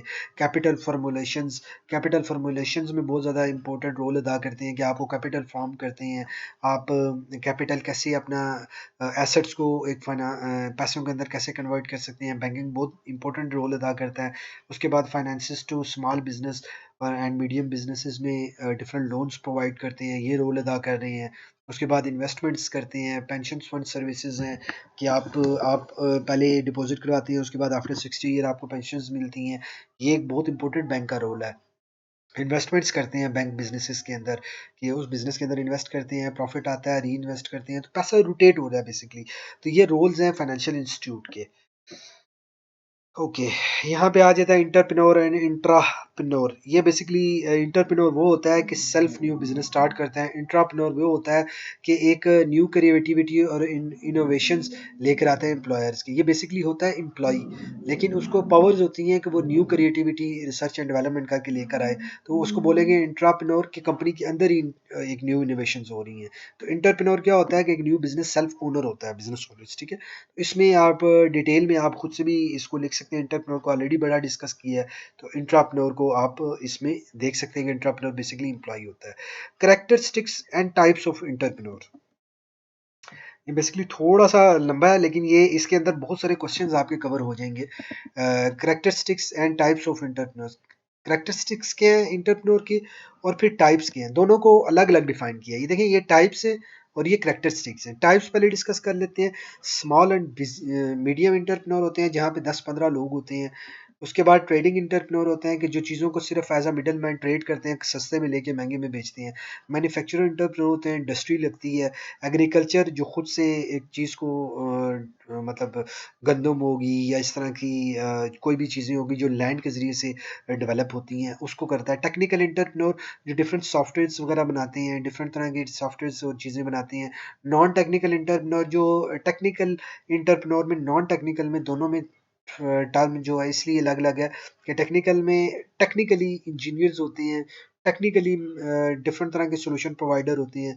नॉन टेक्निकली कोई भी बिजनेस ओनर है, कोई भी प्रोडक्ट है जो टेक्निकली नहीं है, उसको नॉन टेक्निकल इंटरप्रेन्योर कहेंगे। तो ये तमाम तर कैटेगरीज में ऑलमोस्ट कवर होता है। प्राइवेट इंटरप्रेन्योर बेसिकली वो इंटरप्रेन्योर होता है कि जो एक छोटे लेवल पे वो बगैर किसी इन्वॉल्वमेंट के बिजनेस स्टार्ट करता है, ये नॉन टेक्निकल और बाकी ये तमाम इस कैटेगरीज में आ जाता है। जॉइंट इंटरप्रेन्योर, एक से ज़्यादा लोग जब मिल के एक बिजनेस स्टार्ट करते हैं, जॉइंट इंटरप्रेन्योर। इनोवेटिंग इंटरप्रेन्योर वो होता है कि जो एक पेन देखता है मार्केट के अंदर और बिल्कुल नई प्रोडक्ट लेकर आता है, जो पहले सोल्यूशन नहीं होता। जिस तरह से बल्ब बना, इस तरह से डिफरेंट तरह ऐसी प्रोडक्ट हैं कि जो पहले मार्केट में एग्जिस्ट नहीं करती थी। Scalable startup entrepreneur, already business चल रहा है, कोई रनिंग में है, उसके अंदर एक स्टार्टअप आता है, वो उसको स्केल करने के लिए ऑफर देता है, उसको स्केल कर लेता है, स्केलेबल इंटरप्रेन्योर होता है। लार्ज कंपनी इंटरप्रेन्योर, एक डायरेक्ट कंपनी आती है 100 200 300 एम्प्लॉयज़ की, और वो बड़ी कंपनी एकदम से ओपन करती है, लार्ज कंपनी इंटरप्रेन्योर उसको बोलेंगे। इसमें डायरेक्टर होते हैं, डिफरेंट तरह की, डिपेंड करता है कैटेगरी क्या है बिजनेस की। सोशल इंटरप्रेन्योर, जो सोशल वर्क के लिए कोई भी एक्टिविटीज़ करता है। इंटरनल इंटरप्रेन्योर, जो कि एक बहुत ही छोटे लेवल पे और पब्लिकली नहीं, इंटरनली तौर पे कोई डेवलपमेंट करता है, तो उसको इंटरनल इंटरप्रेन्योर कहते हैं। ऑनलाइन इंटरप्रेन्योर, ये ई कॉमर्स के जितने भी लोग देख लें, ये ऑनलाइन इंटरप्रेन्योर्स हैं। कैरेक्टरिस्टिक्स क्या हैं? इंटरप्रेन्योर के कैरेक्टरिस्टिक का क्वेश्चन बार बार रिपीट होगा, बार बार कह रही है, इसको आपने बड़े ध्यान से देखना है। ये डिसिप्लिन्ड होता है, ये कॉन्फिडेंट होता है, ये ओपन माइंडेड होता है, ये सेल्फ स्टार्टेड होता है, ये कंपेटिटिव होता है, ये क्रिएटिव और इनोवेटिव माइंड रखने वाला बंदा होता है, डिटरमाइंड होता है, पैशनेट होता है, रिस्क टेकर होता है, विजनरी होता है, टीम बिल्डिंग होती है इसके अंदर, टीम को मैनेज करना जानता है ये, कंफर्टेबल विद फेलियर, फेलियर बार बार आते हैं लेकिन वो इतना पर्सनल उसको नहीं लेता, उसके अंदर इंप्रूवमेंट लेकर आता है, उसको बेटर करता है। फिर परसिस्टेंट होता है, लगातार कंसिस्टेंसी होती है उसके अंदर, लॉन्ग टाइम फोकस होता है। ठीक है, तो ये था बेसिकली टाइप्स, फिर करेक्टर, और नीचे फिर आ जाता है role of entrepreneur. Role of entrepreneur में क्या आता है कि इंटरप्रेन्योर क्या क्या कर सकता है। Initiating and leading business activities, business activities को लीड करता है इंटरप्रेन्योर, बिजनेस स्टार्ट करता है, बिजनेस को इनिशिएट करता है और बिजनेस को लीड करता है। अलोकेटेड एम्प्लॉय ड्यूटीज, कौन से बंदे के क्या क्या काम होंगे, ये भी इंटरप्रेन्योर की ड्यूटीज है, रोल्स हैं, रोल्स या डिस्क्रिप्शन आप कह लें या ड्यूटीज कह लें आप। फोरकास्टिंग बिजनेस चेंजिंग, वो फोरकास्ट करता है कि क्या क्या चेंजिंग हो सकती है बिजनेस के अंदर। आइडेंटिफाई बिजनेस अपॉर्चुनिटी, बिजनेस के अंदर क्या क्या न्यू इनोवेशन लाई जा सकती है, कैसे इंप्रूव और ग्रो किया जा सकता है, ये इंटरप्रेन्योर के रोल्स हैं। क्रिएटिंग जॉब्स, जॉब न्यू से न्यू क्रिएट करता है, देखता है कि कोई ऐसा काम है जो हो रहा है ओवर, मतलब एक बिजनेस एक्सपैंड करने के साथ साथ जारी बात है एम्प्लॉयमेंट बढ़ेगी, एम्प्लॉयमेंट बढ़ेगी तो जारी बात है जॉब क्रिएट होंगी, जॉब क्रिएट होंगी तो यहाँ पे एक इंटरप्रेन्योर का रोल है जॉब को क्रिएट करना। Improve the standard of living, जब बिजनेस ग्रो करेगा, सैलरीज इंक्रीज होंगी, जॉब्स क्रिएट होंगी, तो स्टैंडर्ड ऑफ लिविंग लोगों का ऑटोमेटिकली इंप्रूव होगा। तो ये भी रोल है एक इंटरप्रेन्योर का। बिजनेस स्ट्रेटेजिक पार्टनरशिप, अगर ये बिजनेस चल रहा है और वो बिजनेस किसी ऐसे बिजनेस के अंदर कंट्रीब्यूट करे कि उसकी प्रोडक्ट के अंदर उसकी दूसरे बिजनेस की प्रोडक्ट जो है मिल के एक न्यू प्रोडक्ट बना सकते हैं, तो ये स्ट्रेटेजिक पार्टनरशिप भी इंटरप्रेन्योर की ड्यूटी होती है कि वो देखे कि कहाँ पे कंट्रीब्यूट किया जा सकता है, कौन सा बिजनेस उसकी बिजनेस में कंट्रीब्यूट कर सकता है। डिजिटलाइज बिजनेस ऑपरेशन, बिजनेस को आजकल डिजिटलाइज करना बहुत ज़रूरी है। अगर आपका बिजनेस डिजिटलाइज नहीं है तो आपका बिजनेस जल्द ही डाउन हो जाएगा, तो इसके लिए डिजिटलाइज करना इंटरप्रेन्योर की जिम्मेदारी है। वेल्थ क्रिएशन एंड शेयरिंग, पैसा कहाँ से लेना है, कहाँ पे इन्वेस्ट करना है, ये भी इंटरप्रेन्योर की ड्यूटीज है। GDP and per capita income, government level पे, इंटरनेशनल लेवल पे या इकोनॉमिक लेवल पे क्या कंट्रीब्यूशन कर सकते हैं फाइनेंशियली, वो इंटरप्रेन्योर की ड्यूटीज हैं। एक्सपोर्ट्स, एक मुल्क के अंदर अपनी प्रोडक्ट को एक्सपोर्ट करके दूसरी कंट्रीज के अंदर जीडीपी में कैसा रोल अदा कर सकता है, ये भी रोल है एक इंटरप्रेन्योर का। ओके नाउ एक छोटी सी चीज़ मैं देख लूँ ज़रा, अब क्वेश्चंस, क्योंकि दो क्वेश्चंस पेपर्स के आंसर्स हैं इसलिए वर्ड है। Entrepreneurial culture, entrepreneurial culture basically entrepreneur कहते हैं बिजनेस ओनर को। इंटरप्रेन्योरियल कल्चर एक वैल्यूज बिलीव्स, बिजनेस माइंड वाले values believes, attitude and behaviours of individual, individual का जो है जो माइंड है उसका तमाम तर इंटरप्रेन्योर वाला होता है। तो इंटरप्रेन्योरियल कल्चर जो है वो डेवलप करने के हवाले से, या इंटरप्रेन्योरियल कल्चर क्या होता है, ये तमाम तर चीज़ें, इसमें क्या क्या चीज़ें कवर होती हैं। इंटरप्रेन्योरियल कल्चर में बेसिकली माइंडसेट आता है, वैल्यूज़ आती हैं, रूल्स आते हैं, बिलीव्स आते हैं, एटीट्यूड आते हैं, बिहेवियर आते हैं। ये बेसिकली सारी चीज़ें कंपोनेंट हैं एक कल्चरल इंटरप्रेन्योरियल्स के, कि एक इंटरप्रेन्योरियल का कल्चर, एक इन्वायरमेंट देखिए, एक घर है उसके अंदर इन्वायरमेंट होता है, उसके कुछ इन्वायरमेंट के रूल्स होते हैं। तो इस तरह के ये बेसिकली माइंडसेट की सारी गेम है। आप अगर अपनी कंपनी के अंदर इस कल्चर को डेवलप करेंगे तो आपको फ़ायदा ये होगा कि हर बंदा अपनी क्रिएटिविटी लेकर आएगा और नए नए आइडिया से न्यू न्यू प्रोडक्ट लॉन्च होंगी, न्यू न्यू प्रोडक्ट से आप अपने बिजनेस को एक्सपैंड कर सकते हैं। तो ये इंटरप्रेन्योरियल कल्चर डेवलप करना बहुत ज़रूरी है। इसके अंदर आप माइंडसेट लोगों का डेवलप करें कि इंटरप्रेन्योर कैसे सोचता है, कैसे बिहेव करता है, वैल्यूज़ क्या-क्या होती हैं, उसकी रूल्स क्या-क्या होते हैं। जैसे लास्ट में मैंने आप लोगों को पढ़ाया था इससे पहले पिछले वाले लेक्चर में। उसके बाद बिलीव्स हैं, एटीट्यूड है, बिहेवियर्स हैं। बिलीव्स क्या हैं, क्या-क्या उसको वो किस बेस पे वो डिसीजन लेता है, उसका एटीट्यूड क्या है, वो कैसे बिहेव करता है। उसके बाद ये एटीट्यूड और बिहेवियर ऑलमोस्ट सेम है, ठीक है? ये तमाम तरह एंटरप्रेन्योरियल कल्चर में आते हैं। उसके बाद आता है problem faced by women entrepreneur. अच्छा, इस दुनिया के अंदर मेल एंड फीमेल दोनों बिजनेस करते हैं, लेकिन फीमेल्स को प्रॉब्लम ज़्यादा आती हैं, जो कि मैं आपसे डिस्कस करने वाला हूँ। Lack of social support, family की सबसे पहले जो प्रॉब्लम आती है फीमेल को बिजनेस करने के, फैमिली रिस्ट्रिक्शंस हैं। उसके बाद बहुत कम सेक्टर हैं जो फीमेल को फ्रेंडली ट्रीट करते हैं, जैसे टीचिंग का शोबा है, फीमेल को बहुत रिस्पेक्ट देता है, लेकिन बाकी कल्चर में बहुत प्रॉब्लम आती है। पुअर फंडिंग प्रॉस्पेक्ट्स हैं, प्रॉब्लम एंड फाइनेंस। अब देखिए फीमेल फीमेल को फाइनेंस कलेक्ट करने में बहुत ज़्यादा इश्यूज आते हैं, क्योंकि आप इस चीज़ को अंडरस्टैंड कर सकते हैं कि पैसे के मामले में अगर फीमेल इन्वॉल्व होती है तो लोगों का पर्सपेक्टिव और होता है। Lack of access and professional network, लोग फीमेल्स के साथ मेल नेटवर्क सूट नहीं करता, फीमेल बहुत कम है इसलिए उनका एक प्रोफेशनल नेटवर्क बिल्ड नहीं हो सकता। तो उसके साथ फिर ट्रेडिशनल जेंडर रूल है कि फीमेल के लिए कुछ रिस्ट्रिक्शंस आ जाती हैं सोसाइटी के अंदर भी, कल्चरल भी, बिहेवियरल भी, हर तरह से रिस्ट्रिक्शंस आती हैं। ओके, उसके बाद एंटरप्रेन्योरियल जो एनवायरनमेंट है वो उसकी कमी है फीमेल्स के लिए, क्योंकि फीमेल कम है जो बिजनेस कर रही हैं, इसीलिए उनके लिए ग्रोथ में भी इशू है और उनको प्रॉब्लम फेस करनी पड़ सकती है। लेकिन ऐसा नहीं है कर नहीं सकती, बिजनेस कर सकती हैं, लेकिन मैं प्रॉब्लम डिस्कस कर रहा हूँ। लिमिटेड मोबिलिटी है, कैन नॉट ट्रैवल अलोन, मतलब एक जगह से दूसरी जगह मीटिंग के लिए जाना पड़ सकता है तो वो ट्रैवल नहीं कर सकती। लो रिस्क बेरिंग एबिलिटी है, मेल की निस्बत जो फीमेल है उसके वो रिस्क नहीं ले सकती या कम लेती हैं। लो रिस्क बेयरिंग, फिर balancing responsibility between families and business, female को बच्चों को बैलेंस करना, अपनी फैमिली को, हस्बैंड को, तमाम तर चीज़ों को मैनेज करना काफ़ी मुश्किल हो जाता है बिजनेस करना उनके लिए। सेफ्टी कंसर्न है उनको, फिर वही बात है कि वो अकेले सफ़र नहीं कर सकती, या उनको कुछ सेफ्टी कंसर्न है, वो किसी के साथ अगर अप्रूवल लेनी है, कोई प्रोडक्ट लॉन्चिंग करनी है, मार्केटिंग के पर्सपेक्टिव से बहुत सारे इश्यूज सेफ्टी के कंसर्न्स के हवाले से आते हैं। मेल डोमिनेट सोसाइटी, मेल जो है वो डोमिनेट कर रहे हैं, 90% 99% मेल है, जिसकी वजह से उनको फीमेल को काफ़ी मुश्किल आती है बिजनेस करने में। और उसके बाद आता है परसिस्टेंट नेचर, जो फीमेल है उनके अंदर कंसिस्टेंसी बहुत कम होती है, क्योंकि वो जल्दी परेशान हो जाती हैं, जल्दी इमोशनल हो जाती हैं, तो उसकी वजह से बिजनेस करना ना उनके लिए बहुत प्रॉब्लम क्रिएट कर सकता है। ओके, नेक्स्ट है role of institutes in entrepreneurs, educational institute. अच्छा, एजुकेशनल इंस्टीट्यूट जो है एंटरप्रेन्योरशिप में क्या रोल अदा करते हैं? बेसिकली तो इंटर एजुकेशनल इंस्टीट्यूट में हमारी यूनिवर्सिटी स्कूल्स भी आते हैं, लेकिन स्पेसिफिकली बिजनेस को पढ़ाने के लिए अलग से इंस्टीट्यूट भी होते हैं। लेकिन इसमें हम ओवरऑल एजुकेशनल इंस्टीट्यूट की बात करें जिनमें ये तमाम तर कवर होते हैं, इनके रोल्स क्या क्या होते हैं। ये बेसिकली क्रिएटिविटी और इनोवेशंस को इन्हेंस करते हैं, लोगों का माइंडसेट बनाते हैं कि प्रोडक्ट में कैसे प्रॉब्लम को फाइंड किया जाता है, कैसे प्रोडक्ट बनाई जाती है, कैसे इनोवेट की जाती है। उसके बाद ये इनका होता है कि डेवलप प्रॉब्लम सॉल्विंग कैपेबिलिटी। ये बेसिकली पहले क्रिएटिविटी इनोवेशन की तरफ आते हैं, फिर प्रॉब्लम कोई चल रही है उसको कैसे क्रिटिकल थिंकिंग के थ्रू आप सॉल्व करते हैं, उसके मुताबिक प्रोडक्ट कैसे बनाते हैं। Boost leadership quality, leadership quality कैसे डेवलप की जाती है, जो कि एंटरप्रेन्योरशिप की होती है। टीम बिल्डिंग कैसे की जाती है, तो how to think and entrepreneur कैसे सोचता है, कैसे बिहेव करता है, कैसे उसका उसका एक्ट होता है, कैसे उसका एटीट्यूड होता है, ये तमाम तर चीज़ें एजुकेशनल इंस्टीट्यूट बताता है, जिसकी वजह से एक एंटरप्रेन्योरशिप में नॉर्मल बंदे के अंदर भी एंटरप्रेन्योरशिप वाली एबिलिटीज़ डेवलप करके उसको एंटरप्रेन्योर और बिजनेस ओनर बनाया जा सकता है।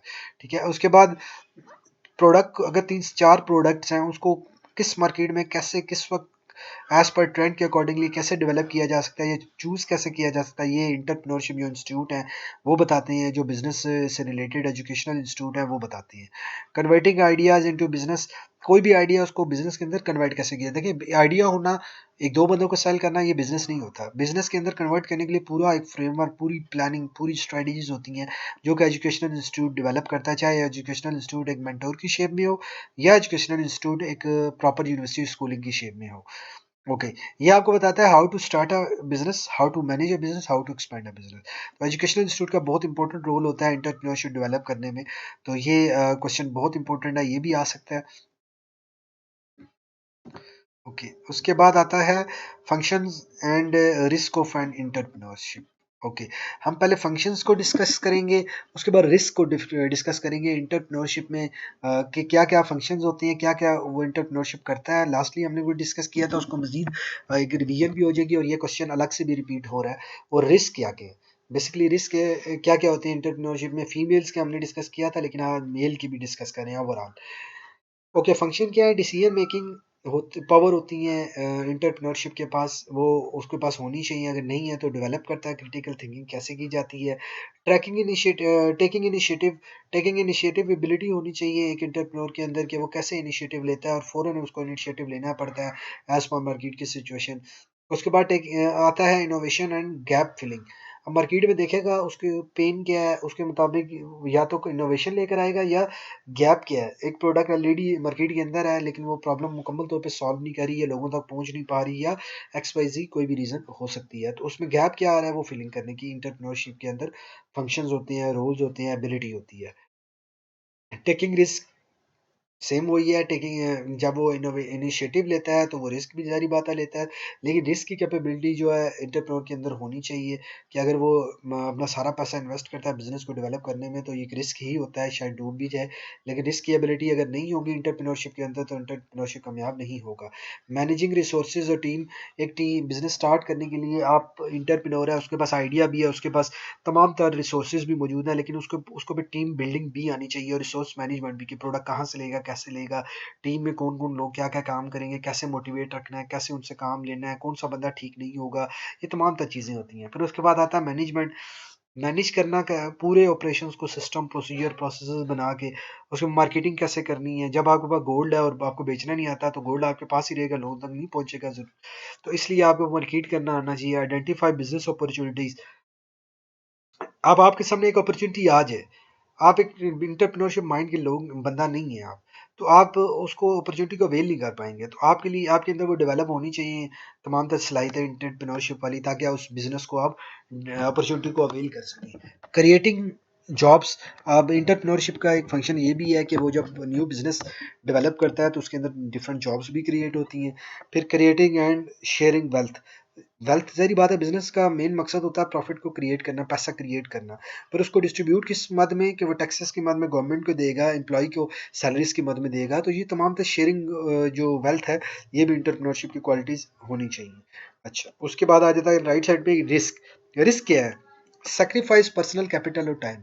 देखिए रिस्क सबसे बड़ा ये होता है कि आप पैसा सर्वाइव कर रहे होते हैं, अपना ज़ाती तमाम तर जमा पूंजी, अपना तमाम तर टाइम बिजनेस को दे रहे होते हैं, ये रिस्क है कि शायद हो सकता है कि बिजनेस चले या शायद ना चले। कंपेटिटिव रिस्क कि आप बिजनेस स्टार्ट करें, आपके ऑलरेडी कंपेटिटर मार्केट में है, तो ये भी एक रिस्क है कि यार शायद हो सकता है कि वो कंपेटिटर मजीद एडवांसमेंट ले आए प्रोडक्ट के अंदर और आपका बिजनेस ना चल पाए, तो ये भी एक रिस्क होता है जो इंटरप्रेन्योरशिप को लेना पड़ता है, इंटरप्रेन्योर को लेना पड़ता है। क्रेडिबिलिटी रिस्क, अब आप प्रोडक्ट बिजनेस स्टार्ट करते हैं, अब मे भी हो सकता है वो फ्लॉप हो जाए, लोग मजाक उड़ाएंगे, लोग प्रॉब्लम्स क्रिएट करेंगे, आपकी क्रेडिबिलिटी में इशू आएगा, आप क्या पता वो डिलीवर ना कर सकें जो आप कमिट करें, तो आपको फिर क्रेडिबिलिटी आपकी फिर भी डिस्टर्ब होगी। उसके बाद फाइनेंशियल रिस्क, फाइनेंशियल रिस्क में मैंने आपको पहले बताया था कि एक है सेक्रीफाइस पर्सनल कैपिटल, एक है बैंक से आप लोन लेते हैं, फ्रेंड्स फैमिली के पैसे लेते हैं, ये फाइनेंशियल रिस्क है। उसके बाद मार्केट रिस्क, मार्केट रिस्क में ये रिस्क है कि आप क्या पता एग्जैक्टली टारगेट ऑडियंस तक पहुंच पाए ना पहुंच पाए, आपके प्रोडक्ट सेल हो ना हो। Technology risk, cyber security strikes आ सकती हैं, आपको तमाम तरह एंटीवायरस अटैक हो सकते हैं आपके सिस्टम्स के ऊपर, तो ये भी रिस्क एंटरप्रेन्योरशिप को लेना पड़ता है। Innovation and opportunity risk, innovation and opportunity में ये है कि आपको अपॉर्चुनिटी लेकर आए हैं, अब आपको लग रहा है कि ये पेन है, लेकिन एक्चुअली क्या पता आप एग्जैक्टली एक बंदे की पेन को आप पेन के ऊपर सोल्यूशन लेकर आ गए हैं, तो आपको ये भी डर है कि क्या पता मल्टीपल उस तरह की टारगेट तक मैं पहुंच पाऊँ या ना पहुंच पाऊँ, ये भी रिस्क है। बिजनेस पार्टनर एंड एम्प्लॉइज हैं, शायद एम्प्लॉय छोड़ के चला जाए या बिजनेस पार्टनरशिप आप करें पार्टनर छोड़ के चला जाए, ये रिस्क है। इकोनॉमिक रिस्क है, जिस तरह से कोविड का आ गया था इशू, जिस तरह से अभी इन्फ्लेशन बहुत हाई होता जा रहा है, बैंक का इंटरेस्ट बहुत हाई हो गया है, तो ये तमाम तरह इकोनॉमिक रिस्क भी लेने पड़ते हैं। डिज़ाइन एंड डेवलपमेंट रिस्क, एक आप डिज़ाइन करवाते हैं पूरी प्रोडक्ट, पूरा प्रोसीजर आप फॉलो करते हैं, एंड में जाके पता चलता है कि जी इस प्रोडक्ट का कॉपीराइट है आपके पास नहीं है, नहीं मिल रहा आपको, तो ये भी रिस्क लेने पड़ते हैं। आप जब प्रोडक्ट डेवलपमेंट पूरा प्रोसीजर बनाते हैं तो पता चलता है जी वेंडर की अवेलेबिलिटी नहीं है या वेंडर आपका चेंज हो गया है या कोई वेंडर के साथ पॉसिबिलिटीज ऐसी हो गई हैं, तो प्रोडक्ट जो डेवलप करने के लिए भी आपको बहुत ज़्यादा रिस्क लेने पड़ते हैं। environmental analytics sorry environmented analysis of business ideas, business ideas को जो इन्वायरमेंटल एनालिसिस है वो आपको करना ज़रूरी होना चाहिए कि आपके बिज़नेस में कौन कौन सी चीज़ें हैं जो अफेक्ट कर सकती हैं। इंटरनल हैं, फिर स्ट्रेटजीज़ हैं, इंटरनल क्या क्या हो सकती है, ह्यूमन रिसोर्सेज हैं, ठीक है, basic environmental that can positively और negatively affect a company operation and financial results. जो इन्वायरमेंट क्या होता है, इन्वायरमेंट बेसिकली इर्द गिर्द की इन्वायरमेंट होती है। आप कोई भी बिजनेस स्टार्ट करते हैं उसका इन्वायरमेंट आपको एनालाइज करना पड़ता है। ह्यूमन रिसोर्स, फाइनेंशियल रिसोर्सेज क्या क्या होंगे, ठीक है, इंटरनल जो आप बिजनेस आइडिया को एनालाइज करेंगे, ऑर्गेनाइजेशनल स्ट्रक्चर को आप एनालाइज करेंगे, कॉर्पोरेट कल्चर को आप एनालाइज करेंगे, टेक्नोलॉजी रिसोर्सेज को आप एनालाइज करेंगे, स्ट्रेटजीज आ जाती है, मार्केट रिसर्च करेंगे आप, एक्सपर्ट ओपिनियन आप लेंगे, स्वॉट एनालिसिस करेंगे, पेस्टल एनालिसिस करेंगे, इंडस्ट्री एनालिसिस करेंगे।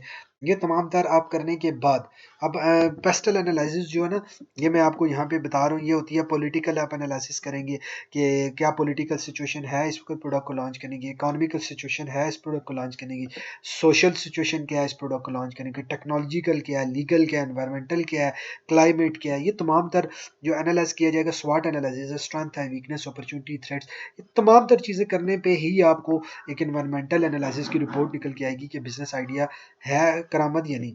अब इंटरनल ऊपर डिस्कस किया था, एक्सटर्नल में डेमोग्राफिक है, इकोनॉमिक है, पॉलिटिकल, लीगल, टेक्नोलॉजी है, कस्टमर्स है, फिर उसके बाद लेबर सप्लाई है, उसके बाद कंपटीशंस है। तो ये तमाम तर चीज़ें जो हैं ये इम्पैक्ट करती हैं आपके इस इन्वायरमेंटल एनालिसिस में, और इन्वायरमेंटल एनालिसिस के लिए तमाम तर चीज़ें आप करेंगे तो बिजनेस आइडिया का इन्वायरमेंटल एनालिसिस हो जाएगा। तो अब इसके बाद नेक्स्ट की तरफ चलते हैं।